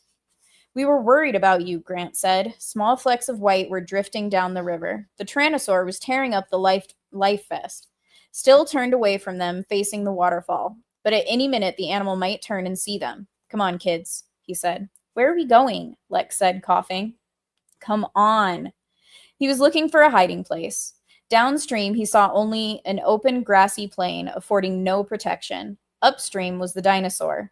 Then Grant saw a dirt path by the river. It seemed to lead up toward the waterfall. And in the dirt, he saw the clear imprint of a man's shoe, leading up the path. The tyrannosaur finally turned around, growling and looking out toward the grassy plain. It seemed to have figured out they had gotten away. It was looking for them downstream. Grant and the kids ducked among the big ferns that lined the riverbanks. Cautiously, he led them upstream. "Where are we going?" Lex said. "We're going back." "I know." They were closer to the waterfall now, the roar much louder. The rocks became slippery, the path muddy. There was a constant hanging mist. It was like moving through a cloud. The path seemed to lead right into the rushing water, but as they came closer, they saw that it actually went behind the waterfall. The tyrannosaur was still looking downstream, its back turned to them. They hurried along the path to the waterfall and had almost moved behind the sheet of falling water when Grant saw the tyrannosaur turn. Then they were completely behind the waterfall, and Grant was unable to see through the silver sheet. Grant looked around in surprise. There was a little recess here, hardly larger than a closet, and filled with machinery, humming pumps, and big filters and pipes. Everything was wet and cold. "Did he see us?" Lex said. She had to shout over the noise of the waterfall. The falling water. Whichever. "Where are we? What is this place? Did he see us?" "Just a minute," Grant said. He was looking at the equipment. This was clearly park machinery, and there must be electricity to run it, so perhaps there was also a telephone for communication. He poked among the filters and pipes. "What are you doing?" Lex shouted. "Looking for a telephone." It was nearly 10 a.m. They had just a little more than an hour to contact the ship before it reached the mainland. In the back of the recess, he found a metal door marked Mate 4, but it was firmly locked. Next to it was a slot for a security card. Alongside the door, he saw a row of metal boxes. He opened the boxes one after another, but they contained only switches and timers, no telephone, and nothing to open the door. He almost missed the box to the left of the door. On opening it, he found a 9-button keypad covered with spots of green mold, but it looked as if it was a way to open the door, and he had the feeling that on the other side of that door was a phone. Scratched in the metal of the box was the number 1023. He punched it in. With a hiss, the door came open, gaping darkness beyond, concrete steps leading downward. On the back of the wall, he saw stenciled Mate Vehicle 0422 Charger and an arrow pointing down the stairs. Could it really mean there was a car? Come on, kids. Forget it, Lex said. I'm not going down in there. As I added words to that sentence, I'm not going in there. Come on, Lex, Tim said. Forget it. There's no lights or anything. I'm not going. Never mind, Grant said. There wasn't time to argue. Stay here and I'll be right back. Where are you going? Lex said, suddenly alarmed. Grant stepped through the door. It gave an electronic beep and snapped shut behind him on a spring. Grant was plunged into total darkness. After a moment of surprise, he turned to the door and felt its damp surface. There was no knob, no latch. He turned to the walls on either side of the door, feeling for a switch, a control box, anything at all. There was nothing. He was fighting panic when his fingers closed over a cold metal cylinder. He ran his hands over a swelling edge, a flat surface, a flashlight. He clicked it on, and the beam was surprisingly bright. He looked back at the door, but saw that it would not open. He would have to wait for the kids to unlock it. Meantime, he started for the steps. They were damp and slippery with mold, and he went down carefully. Partway down the stairs, he heard a sniffing and the sound of claws scratching on concrete. He took out his dart pistol and proceeded cautiously. The steps bent around the corner, and as he shone his light, an odd reflection glinted back, and then, a moment later, he saw it. A car. It was an electric car, like a golf cart, and it faced a long tunnel that seemed to stretch away for miles. A bright red light glowed by the steering wheel of the car, so perhaps it was charged. Grant heard the sniffing again, and he wheeled and saw a pale shape rise up toward him. Leaping through the air, its jaws open, and without thinking, Grant fired. The animal landed on him, knocking him down, and he rolled away in fright, his flashlight swinging wildly. But the animal didn't get up, and he felt foolish when he saw it. It was a velociraptor, but very young, less than a year old. It was about 2 feet tall, the size of a medium dog, and it lay on the ground, breathing shallowly, the dart sticking from beneath its jaw. There was probably too much anesthetic for its body weight, and Grant pulled the dart out quickly. The velociraptor looked at him with slightly glazed eyes. Grant had a clear feeling of intelligence from this creature, a kind of softness which contrasted strangely with the menace he had felt from the adults in the pen. He stroked the head of the velociraptor, hoping to calm it. He looked down at the body, which was shivering slightly as the tranquilizer took hold. And then he saw it was a male. A young juvenile and a male. There was no question what he was seeing. This velociraptor had been bred in the wild. Excited by this development, he hurried back to the stairs to the door. With his flashlight, he scanned the flat, featureless surface of the door and the interior walls. As he ran his hands over the door, it slowly dawned on him that he was locked inside and unable to open it, unless the kids had the presence of mind to open it for him. He could hear them faintly on the other side of the door. "Dr. Grant!" Lex shouted, pounding the door. "Dr. Grant!" "Take it easy," Tim said. "He'll be back." "But where did he go?" "Listen, Dr. Grant knows what he's doing," Tim said. "He'll be back in a minute." "He should come back now," Lex said. She bunched her fists on her hips, pushed her elbows wide. She stamped her feet angrily. And then, with a roar, the Tyrannosaur's head burst through the waterfall toward them. Tim stared in horror as the big mouth gaped wide. Lex shrieked and threw herself on the ground. The big head swung back and forth and pulled out again. But Tim could see the shadow of the animal's head on the sheet of falling water. He pulled Lex deeper into the recess, just as the jaws burst through again, roaring, the thick tongue flicking in and out rapidly. Water sprayed in all directions from the head, then it pulled out again.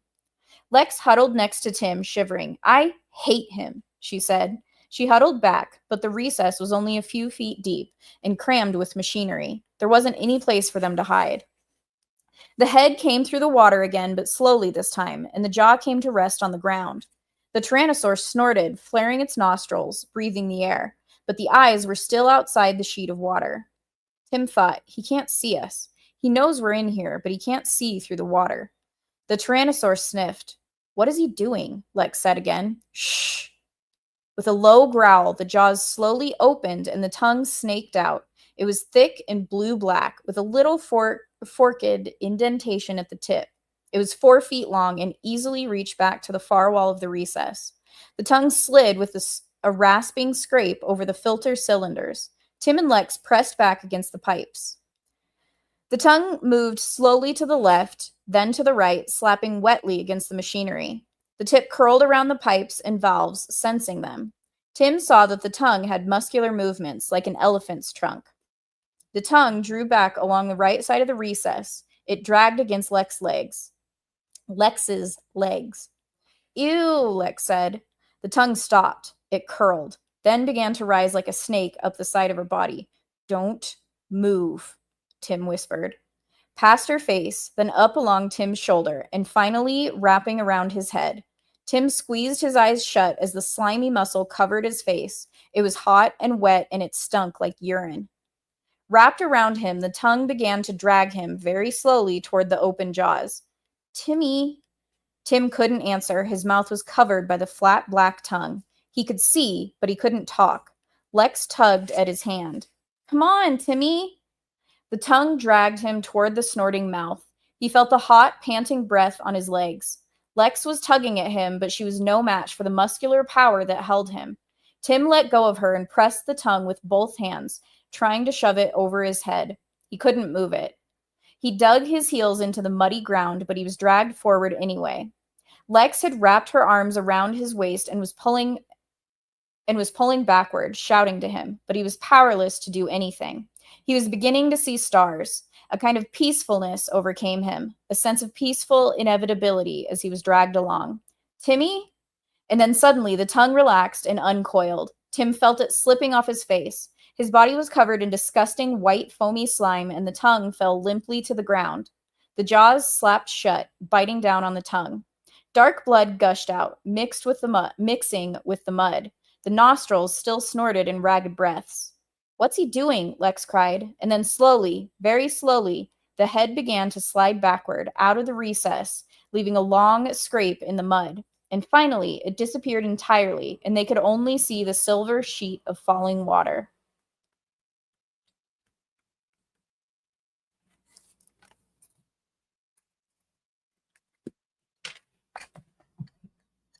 I wonder if the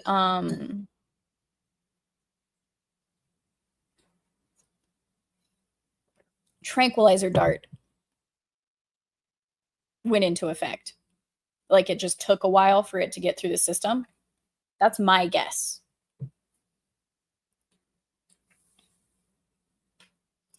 Let's see. Crane makes up for his disdain for engineers in the Lost World. Okay, interesting. You're just trying to get me to read the next one instead of going to a different genre. I know how you are. The T-Rex swimming scene and river chase is in the new movie shown in the trailer. Yeah, I wondered about that because the pterodactyl scene kind of seemed like it could be a similarity type of thing where they were trying to put more of the book into this new one. So that makes sense to me.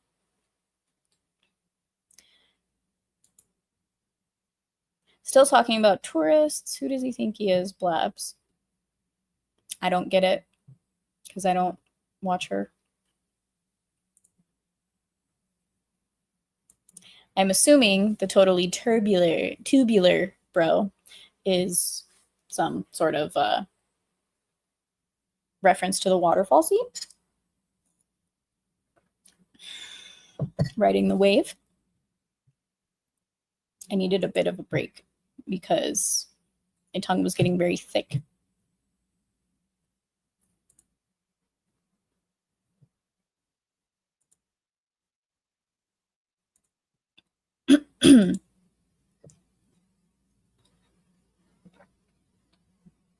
So how far off the mark am I for those who've read it?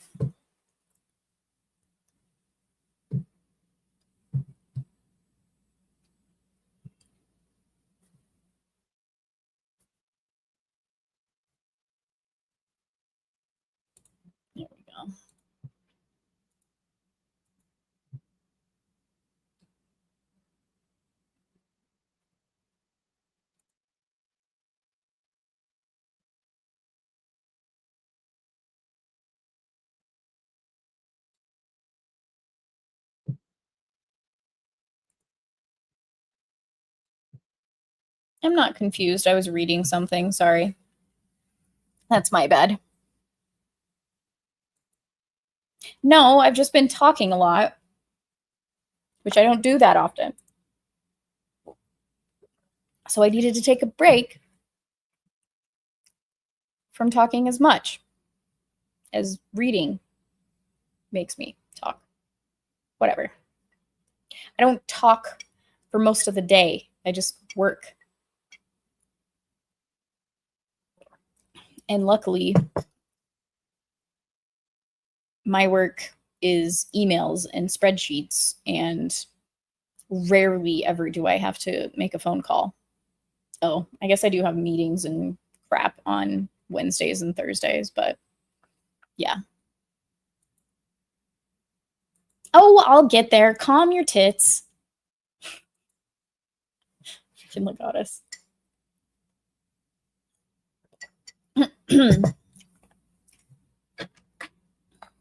I also need to do breaks in between chapters, just in case YouTube does stupid crap. Give it some filler in between. Okay? Yeah, yuck it up. Yuck it up.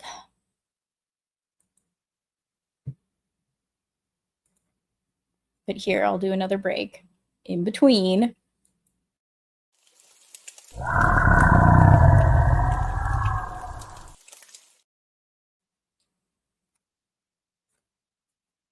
Got less than 20 pages to go in this iteration. Back to control. Okay, Arnold said in the control room. The Rex is down. He pushed back in his chair and grinned as he lit a final cigarette and crumpled the pack. That did it. The final step in putting the park back in order. Now all they had to do was go out and move it. Son of a bitch, Muldoon said, looking at the monitor. I got him after all. He turned to Gennaro. It just took him an hour to feel it. Henry Wu frowned at the screen. But he could drown in that position. He won't drown, Muldoon said. Never seen an animal that was harder to kill. I think we have to go out and move him, Arnold said. We will, Muldoon said. He didn't sound enthusiastic. That's a valuable animal. I know it's a valuable animal, Muldoon said. Arnold turned to Gennaro. He couldn't resist a moment of triumph. I'd point out to you, he said, that the park is now completely back to normal. Whatever Malcolm's mathematician model said was going to happen. We are completely under control again. Gennaro pointed to the screen behind Arnold's head and said, "What's that?" Arnold turned. It was the system status box in the upper corner of the screen. Ordinarily, it was empty. Arnold was surprised to see that it was now blinking yellow. Aux power low. For a moment, he didn't understand. Why should auxiliary power be low? They were running on main power, not auxiliary power. He thought perhaps it was just a routine status check on the auxiliary power, perhaps a check on the fuel tank levels or the battery charge. Henry, Arnold said to Wu, look at this. Wu said, why are you running on auxiliary power? I'm not, Arnold said. It looks like you are. I can't be. Print the system status log, Wu said. The log was a record of the system over the last few hours. Arnold pressed a button, and they heard the hum of a printer in the corner. Wu walked over to it. Arnold stared at the screen. The box now turned from flashing yellow to red, and the message now read, aux power fail. Numbers began to count backward from 20. What the hell is going on? Arnold said. You know, if Dom were in chat, I would say that Arnold may have pulled a Dom and jinxed shit. Cautiously, Tim moved a few yards out along the muddy path into the sunshine. He peered around the waterfall and saw the tyrannosaur lying on its side, floating in the pool of water below. I hope he's dead, Lex said. Tim could see he wasn't. The dinosaur's chest was still moving, and one forearm twitched in spasms, but something was wrong with him. Then Tim saw the white canister sticking in the back of the head by the indentation of the ear. He's been shot with a dart, Tim said. Good, Lex said. He practically ate us. Tim watched the labored breathing. He felt unexpectedly distressed to see the huge animal humbled like this. He didn't want it to die. It's not his fault, he said. Oh, sure, Lex said. He practically ate us, and it's not his fault. He's a carnivore. He was just doing what he does. You wouldn't say that, Lex said, if you were in his stomach right now. Then the sound of the waterfall changed. From a deafening roar, it became softer, quieter. The thundering sheet of water thinned, became a trickle, and stopped. Timmy, the waterfall stopped, Lex said. It was now just dripping like a tap that wasn't completely turned off. The pool at the base of the waterfall was still. They stood near the top in the cave-like indentation filled with machinery looking down. Waterfalls aren't supposed to stop, Lex said. Tim shook his head. It must be the power. Somebody turned off the power. Behind them, all the pumps and filters were shutting down one after another, the lights blinking off, and the machinery becoming quiet.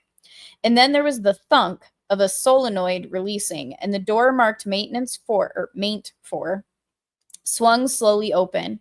Grant stepped out, blinking in the light, and said, "Good work, kids. You got the door open." "We didn't do anything," Lex said.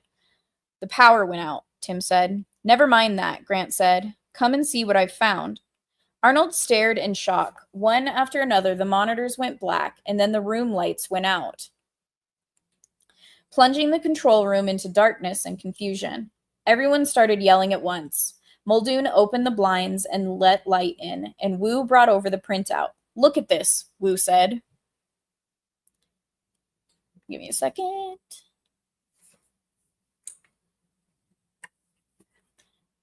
You guys let me know if this is too small and I'll zoom back in, but I wanted to get it on one page for you.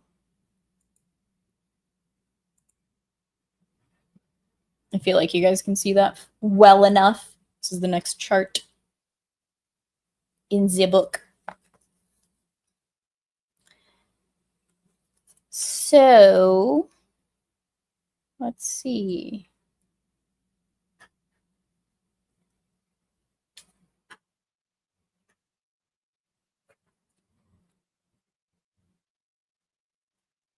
Interesting.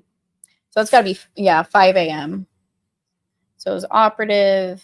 Well, shit.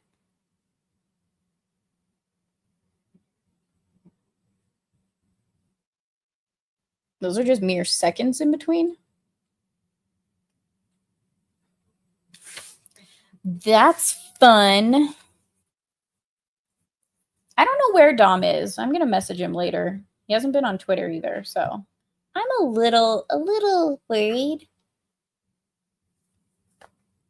I feel like you guys are fine seeing that. Okay. Wu said, "You shut down at 5:13 this morning, and when you started back up, you started with auxiliary power."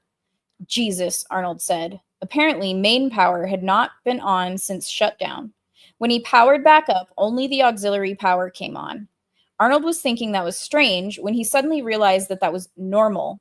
That was what was supposed to happen. It made perfect sense. The auxiliary generator fired up first, and it was used to turn on the main generator because it took a heavy charge to start the main power generator.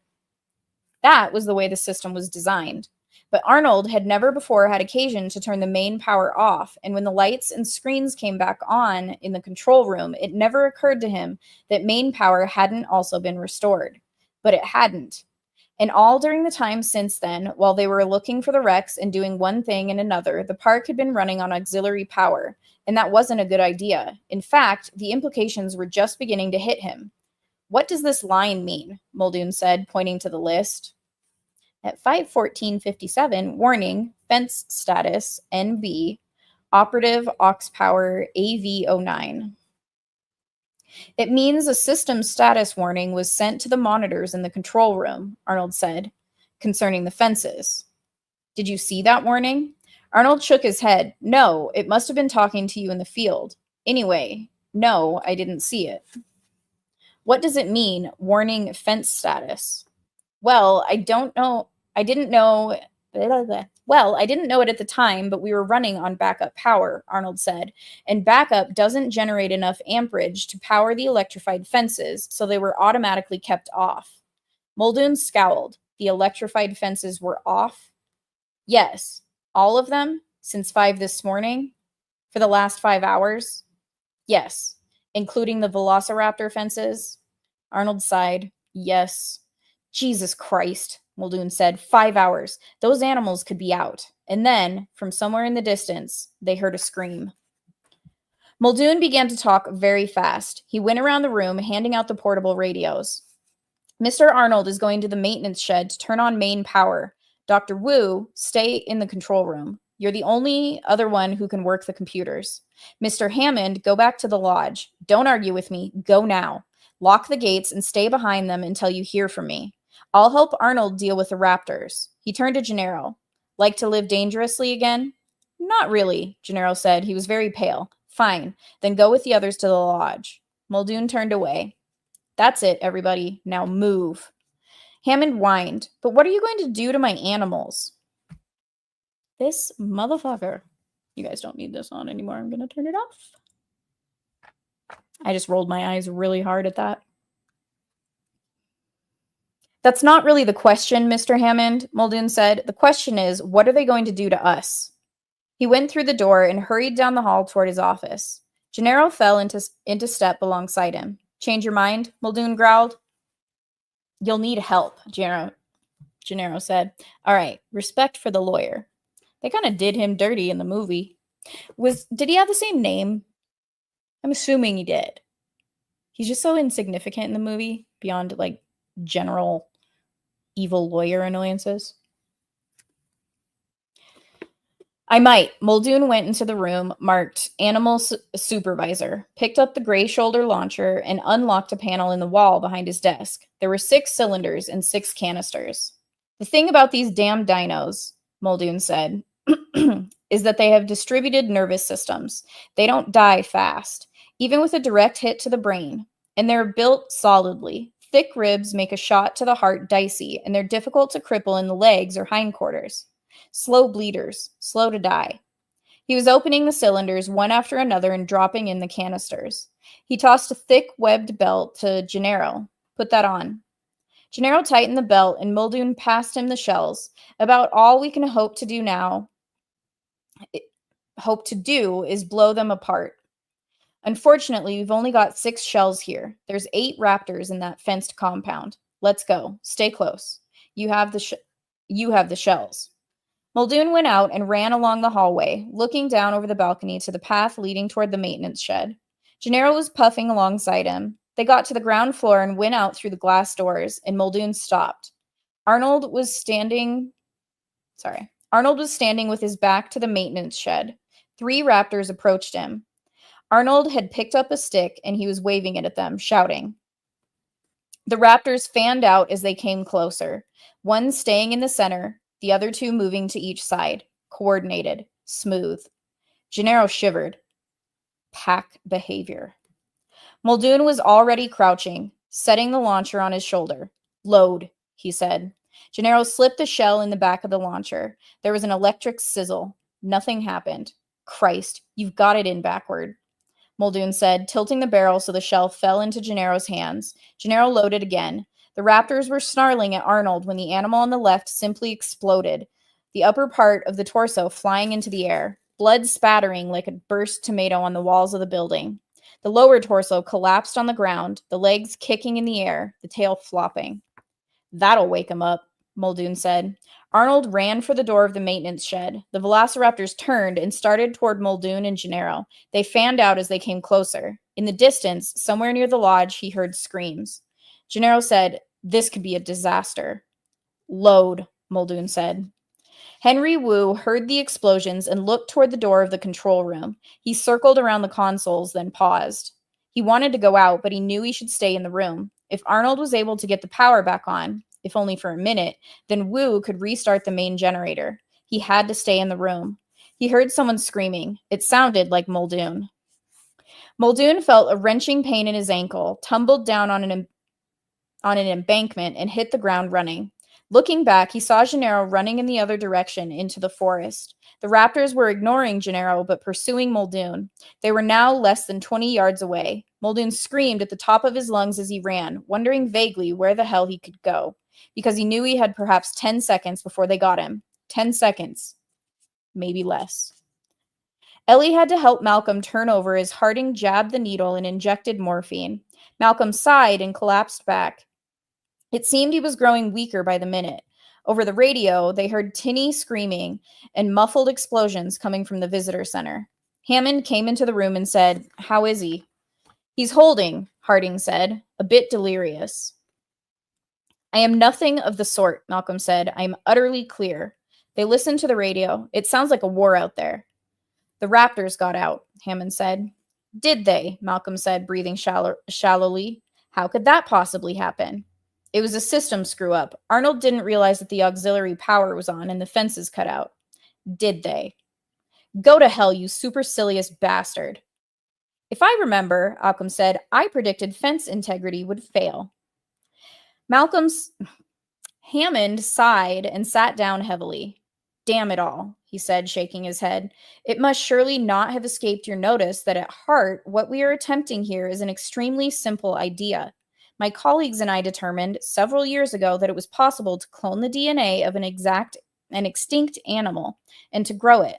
That seemed to us a wonderful idea. It was a kind of time travel, the only time travel in the world. Bring them back alive, so to speak. And since it was so exciting and since it was possible to do it, we decided to go forward. We got this island and we proceeded. It was all very simple." "Simple?" Malcolm said. Somehow he found the energy to sit up in the bed. "Simple? You're a bigger fool than I thought you were, and I thought you were a very substantial fool." Ellie said, "Dr. Malcolm," and tried to ease him back down, but Malcolm would have none of it. He pointed toward the radio, the shouts and the cries.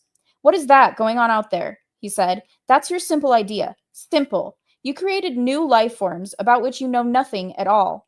Your Dr. Wu does not even know the names of the things he is creating. He cannot be bothered with such details as what the thing is called, let alone what it is.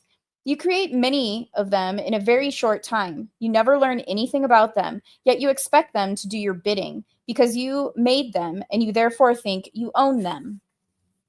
You forgot that they are alive. They have an intelligence of their own, and they may not do your bidding. And you forgot how little you know about them, how incompetent you are to do the things that you so frivolously call simple.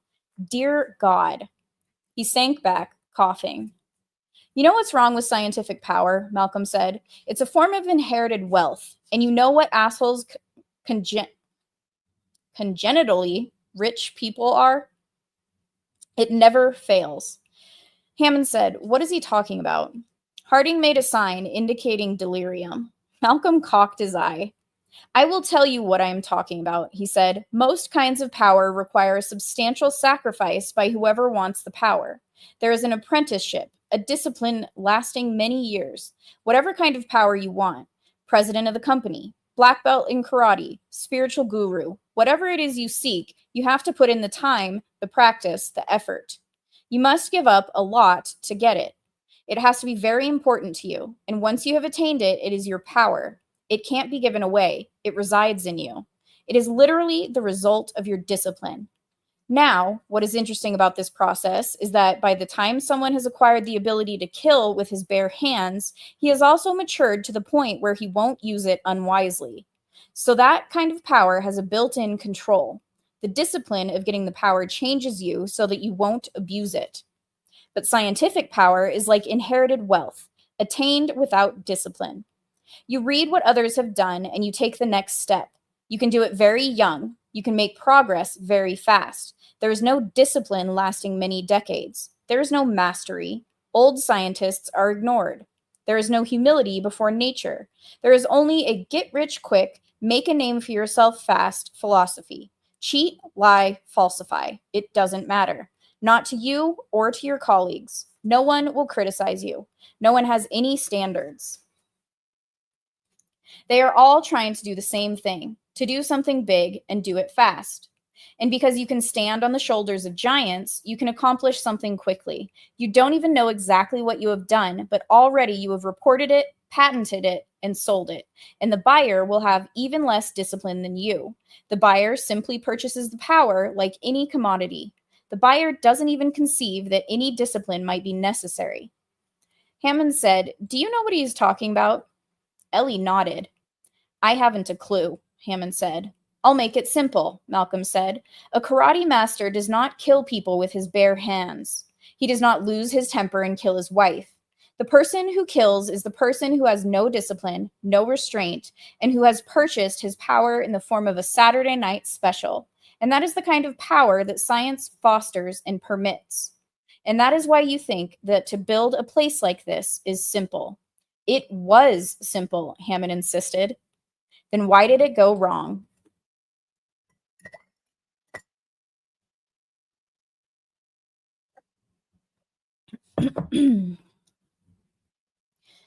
Dizzy with tension, John Arnold threw open the door to the maintenance shed and stepped into the darkness inside. Jesus, it was black. He should have realized the lights would be out. He felt the cool air, the cavernous dimensions of the space, extending 2 floors below him. He had to find the catwalk. He had to be careful or he'd break his neck. The catwalk. He groped like a blind man until he realized it was futile. Somehow, he had to get light into the shed. He went back to the door and cracked it open 4 inches. That gave enough light, but there was no way to keep the door open. Quickly, he kicked off his shoe and stuck it in the door. He went toward the catwalk, seeing it easily. He walked along the corrugated metal, hearing the difference in his feet, one loud, one soft. But at least he could see. Up ahead was the stairway leading down to the generators, another 10 yards. Darkness. The light was gone. Arnold looked back to the door and saw the light was blocked by the body of a velociraptor. The animal bent over and carefully sniffed the shoe. Henry Wu paced. He ran his hands over the computer consoles. He touched the screens. He was in constant movement. He was almost frantic with tension. He reviewed the steps he would take. He must be quick. The first screen would come up and he would press, "Woo!" the radio hissed. He grabbed for it. "Yes, I'm here." "Got any bloody power yet?" It was Muldoon. There was something odd about his voice, something hollow. "No," Wu said. He smiled, glad to know Muldoon was alive. "I think Arnold made it to the shed," Muldoon said. "After that, I don't know." "Where are you?" "I'm stuffed." "What?" "Stuffed in a bloody pipe," Muldoon said, "and I'm very popular at the moment." Wedged in a pipe was more like it, Muldoon thought. There had been a stack of drainage pipes piled behind the visitor center, and he'd backed himself into the nearest one, scrambling like a poor bastard. Meter pipes. A very tight fit for him, but they couldn't come in after him. At least, not after he'd shot the leg off one. When the nosy bastard came too close to the pipe, the raptor had gone howling off, and the others were now respectful. His only regret was that he hadn't waited to see the snout at the end of the tube before he'd squeezed the trigger. But he might still have his chance, because there were 3 or 4 outside, snarling and growling around him. "Yes, very popular," he said into the radio. Wu said, "Does Arnold have a radio?" "Don't think so," Muldoon said. "Just sit tight. Wait it out." He hadn't seen what the other end of the pipe was like. He'd backed in too quickly, and he couldn't see now. He was wedged tight. He could only hope that the far end wasn't open. Christ, he didn't like the thought of one of those bastards taking a bite of his hindquarters.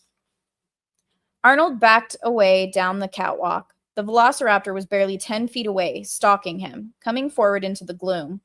Arnold could hear the click of its deadly claws on the metal, but he was going slowly. He knew the animal could see well, but the grill of the catwalk, the unfamiliar mechanical odors, had made it cautious.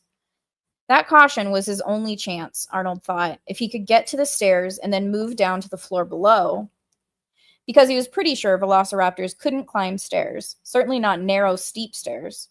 Arnold glanced over his shoulder. The stairs were just a few feet away, another few steps. He was there, racing back, reaching back.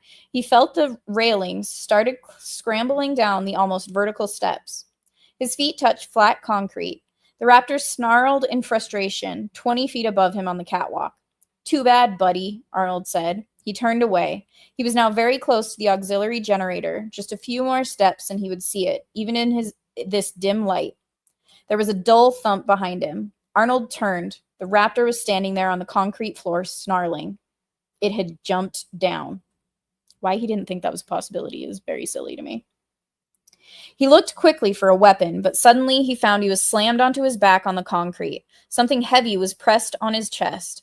It was impossible to breathe, and he realized the animal was standing on top of him. And he felt the big claws digging into the flesh of his chest and smelled the foul breath from the head moving above him, and he opened his mouth to scream.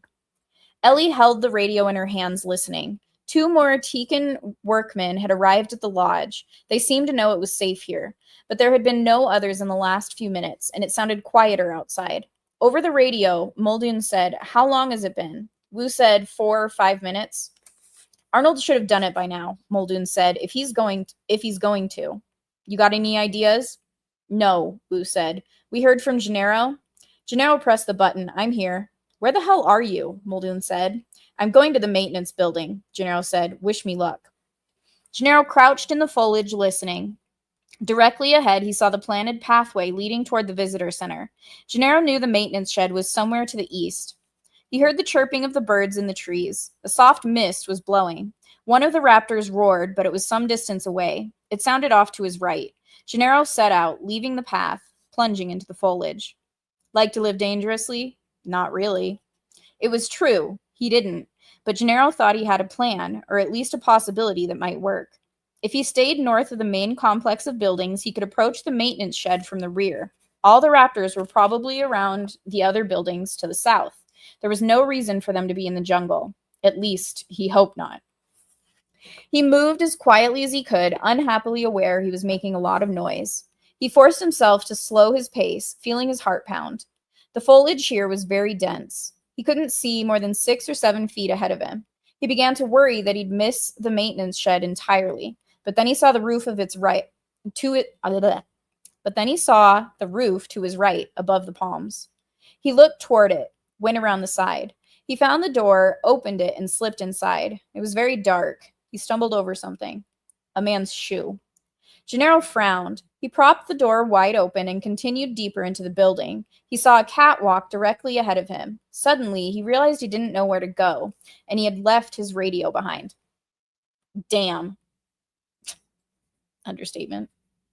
There might be a radio somewhere in the maintenance building, or else he'd just look for the generator. He knew what a generator looked like. Probably it was somewhere down on the lower level.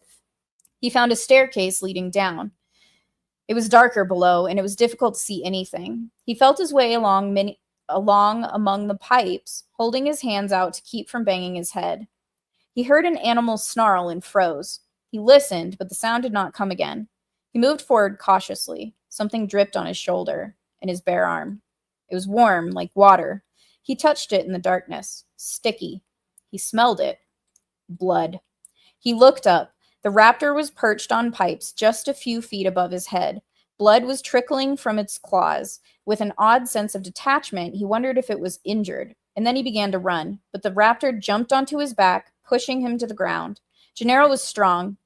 He heaved up, knocking the raptor away, and rolled off across the concrete.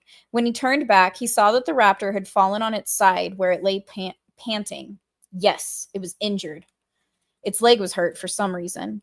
Kill it. Gennaro scrambled to his feet, looking for a weapon. The raptor was still panting on the concrete. He looked frantically for something, anything to use as a weapon. When he turned back, the raptor was gone. It snarled, the sound echoing in the darkness. Gennaro turned in a full circle, feeling his outstretched hands, and then he felt a sharp pain with his outstretched hands, and then he felt a sharp pain in his right hand. Teeth. It was biting him. The raptor jerked his head, and Donald Gennaro was yanked off his feet, and he fell. Lying in bed, soaked in sweat, Malcolm listened as the radio crackled. "Anything?" Muldoon said. "You getting anything?" "No word," Wu said. "Hell," Muldoon said. There was a pause. Malcolm sighed. "I can't wait," he said, "to hear his new plan." "What I would like," Muldoon said, "is to get everybody to the lodge and regroup, but I don't see how." "There's a jeep in front of the visitor center," Wu said. "If I drove over to you, could you get yourself into it?" "Maybe, but you'd be abandoning the control room. I can't do anything here anyway." "God knows that's true," Malcolm said. "A control room without electricity is not much of a control room." "All right," Muldoon said. "Let's try. This isn't looking good." Lying in his bed, Malcolm said, "No, it's not looking good. It's looking like a disaster." Wu said, "The raptors are going to follow us over there." "We're still better off," Malcolm said. "Let's go." The radio clicked off. Malcolm closed his eyes and breathed slowly, marshaling his strength. "Just relax," Ellie said. "Just take it easy." "You know what we're really talking about here," Malcolm said. "All this attempt to control. We are talking about Western attitudes that are 500 years old. They began at the time when Florence, Italy, was the most important city in the world. The basic idea of science, that there was a new way to look at reality, but it was objective, that it did not depend on your beliefs or your nationality, that it was rational. That idea was fresh and exciting back then. It offered promise and hope for the future, and it swept away the old medieval system, which was hundreds of years old. The medieval world of feudal politics and religious dogma and hateful superstitions fell before science. But in truth, this was because the medieval world didn't really work anymore. It didn't work economically, it didn't work intellectually, and it didn't fit the new world that was emerging. Malcolm coughed. But now, he continued, science is the belief system that is hundreds of years old. And, like the medieval system before it, science is starting not to fit the world anymore. Science has attained so much power that its practical limits begin to be apparent. Largely through science, billions of us live in one small world, densely packed and intercommunicating. But science cannot help us decide what to do with that world or how to live. Science can make a nuclear reactor, but it cannot tell us not to build it. Science can make pesticide, but cannot tell us not to use it. And our world starts to seem polluted in fundamental ways, air and water and land, because of ungovernable science. He sighed. This much is obvious to everyone. There was a silence. Malcolm lay with his eyes closed, his breathing labored. No one spoke, and it seemed to Ellie that Malcolm had finally fallen asleep. Then he sat up again abruptly. Abruptly? It's not even a freaking word, Tiffany. Abruptly. He sat up abruptly. At the same time, the great intellectual justification of science has vanished. Ever since Newton and Descartes?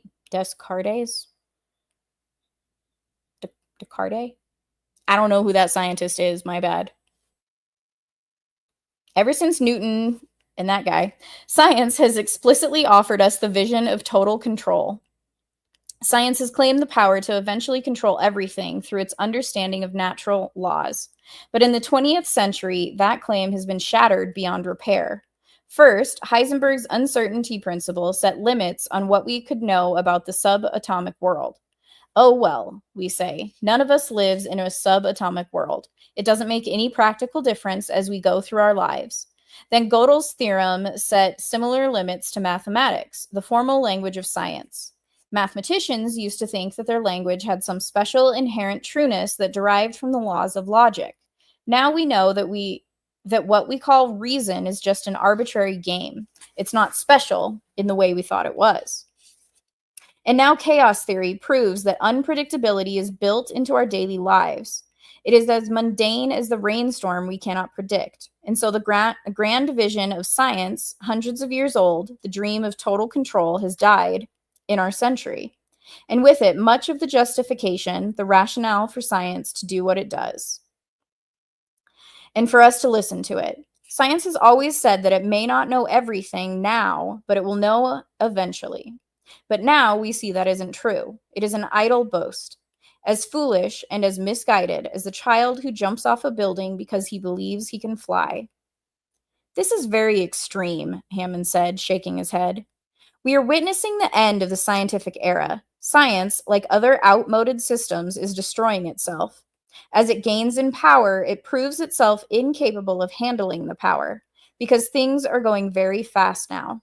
50 years ago, everyone was gaga over the atomic bomb. That was power. No one could imagine anything more. Yet, a bare decade after the bomb, we began to have genetic power. And genetic power is far more potent than atomic power. And it will be in everyone's hands. It will be in kits for backyard gardeners, experiments for school children, cheap labs for terrorists and dictators. And that will force everyone to ask the same question. What should I do with my power? Which is the very question science says it cannot answer. So what will happen? Ellie said. Malcolm shrugged. A change. What kind of change? All major changes are like death, he said. You can't see to the other side until you were there. And he closed his eyes. The poor man, Hammond said, shaking his head. Malcolm sighed. Do you have any idea, he said, how unlikely it is that you, or any of us, will get off this island alive? And on that ominous note, we've finished the 5th iteration.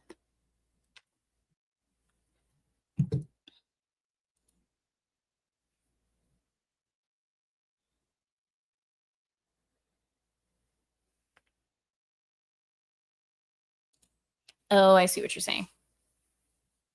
I just didn't get the reference to Blabs.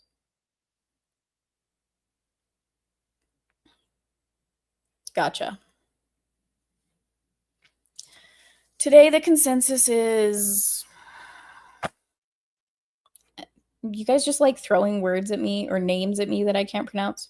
And Newton independently invented and described calculus in Europe in the 17th century.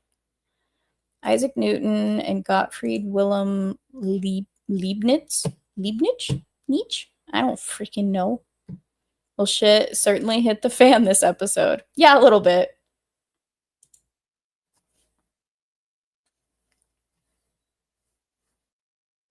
Give me a second.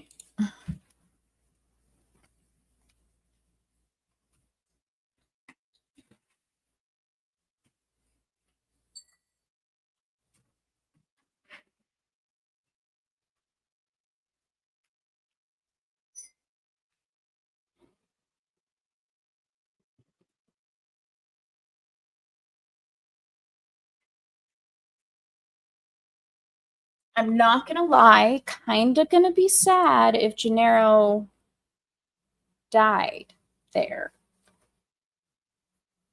I don't know how he would get out of it. But maybe he just loses his hand?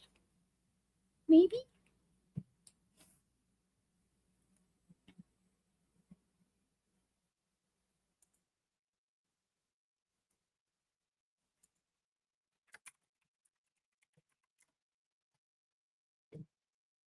It was not the name. I have typed in the name. I think that's how it was spelled. Let me pull it up again.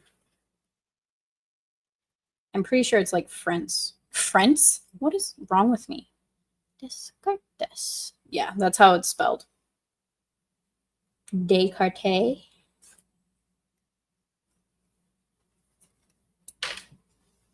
So there's a Dayshaw Lane.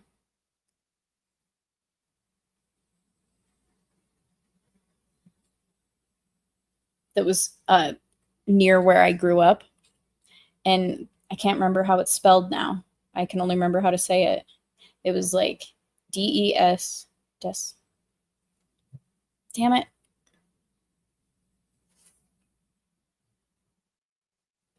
How was that spelled? It's going to bother me now. What's wrong with me? I used to have like a way to say it in my head, even though it was not the proper way to say it, for me to like remember how to spell it.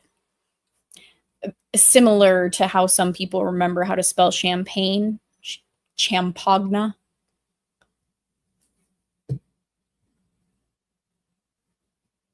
Descartes. Okay. His influence in mathematics is equally apparent, being the namesake of the Cartesian coordinate system. He's credited as the father of analytical geometry. Okay. Used in the discovery of infinitesimal calculus and analysis. Descartes was also one of the key figures in the scientific revolution. Interesting, to a degree, for the non-analytically inclined mind, mathematically inclined, whatever. How? Oh yeah, Deschamps. So the name of that street, that's pronounced Dayshaw. You want to know why I hate French? I'm pretty sure that's French. Stupid.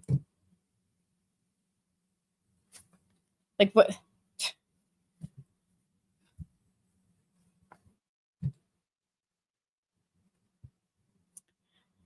Anyway, that was an interesting journey this week. A lot happened that did not happen in the movie. Some things I kind of wish did.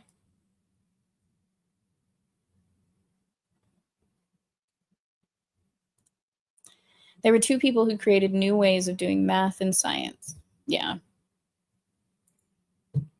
I'm not shocked that I've not heard of Descartes because I hate math. And he sounds like, yeah, mathematics pioneer. No thanks. I mean, who hasn't heard of Newton, right? I'm sure some of you might even think, who hasn't heard of Descartes? But me, that's me. I haven't. Did you know all of this, Legatus, or did you look it up? That's where I'm curious.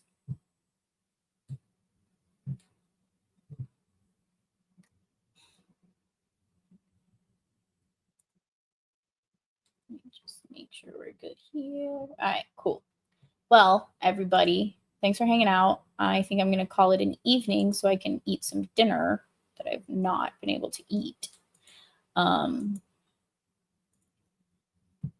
Of course, you looked it up. Okay, very well.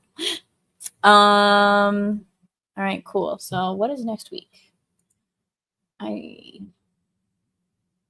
7th, 9th. So what looks like Let It Simmer is probably going to be on the 9th of July.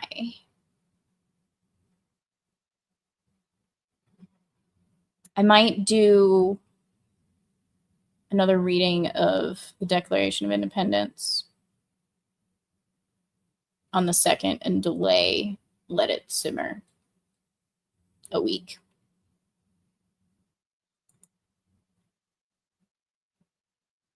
The 6th. Oh, wait, no.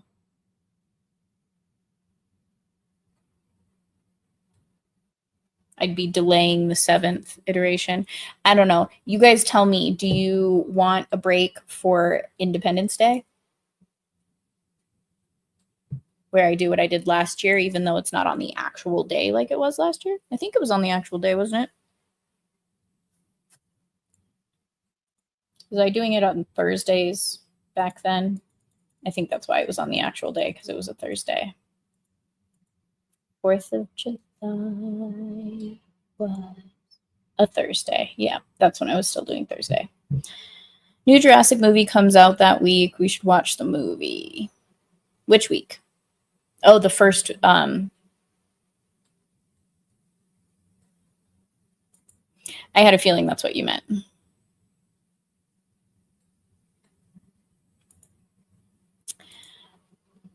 I could do that.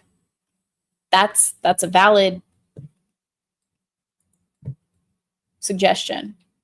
I guess I could do that. Sometimes I feel like I have these routines. And so sometimes I don't think of doing anything outside of it. So thank you, Kel. I may just do that. Might be like a morning stream. I feel like a lot of people, well, I don't know. Are any of you doing anything for that weekend since it's a Friday? It gives you a 3-day weekend at work. Let me see. So the score, the end of the novel, dinos 1, human dog food.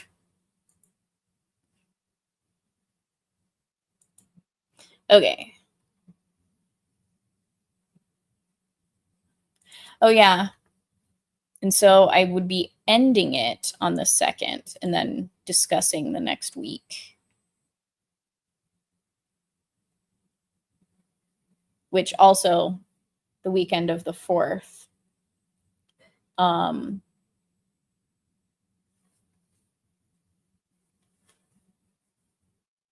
would be when we'd want to do like a Discord watch of the OG film. Well, that'll be a tentative plan then.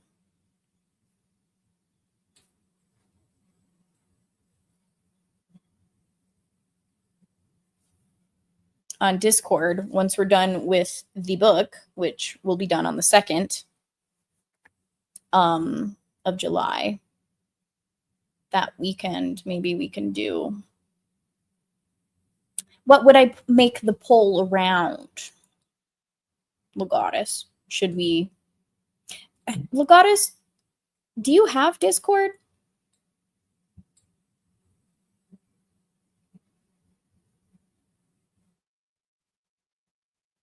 Yeah, I figured you'd be fine doing that. Just a matter of figuring out the when and logistics and whatnot. We still have some time, but if everybody wants to do that, we can do that.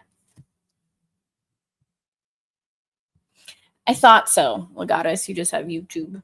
Well, in solidarity, you can watch it over the weekend or whenever you so feel. There's no need to. Don't you start, Cliff, unless you're being serious. You're on Discord, aren't you?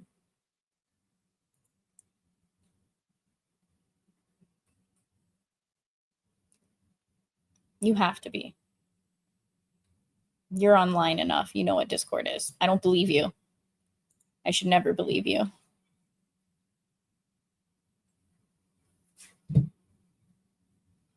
Okay, well, that's the tentative plan. We'll finish the book on the 2nd, and then that weekend we can watch the OG. And whomever wants to watch the new one can as well. That might be a good thing. When is the actual? So the release date for the new one is on the 2nd, you were saying, Kratos?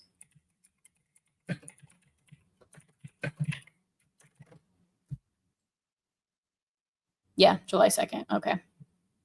I mean, that could be fun.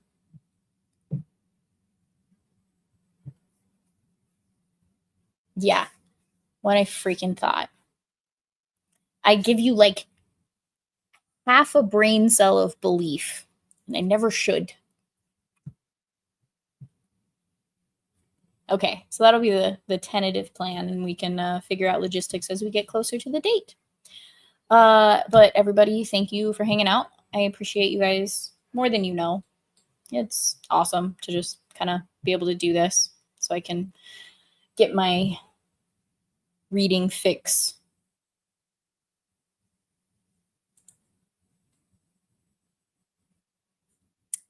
So many punks in my chat.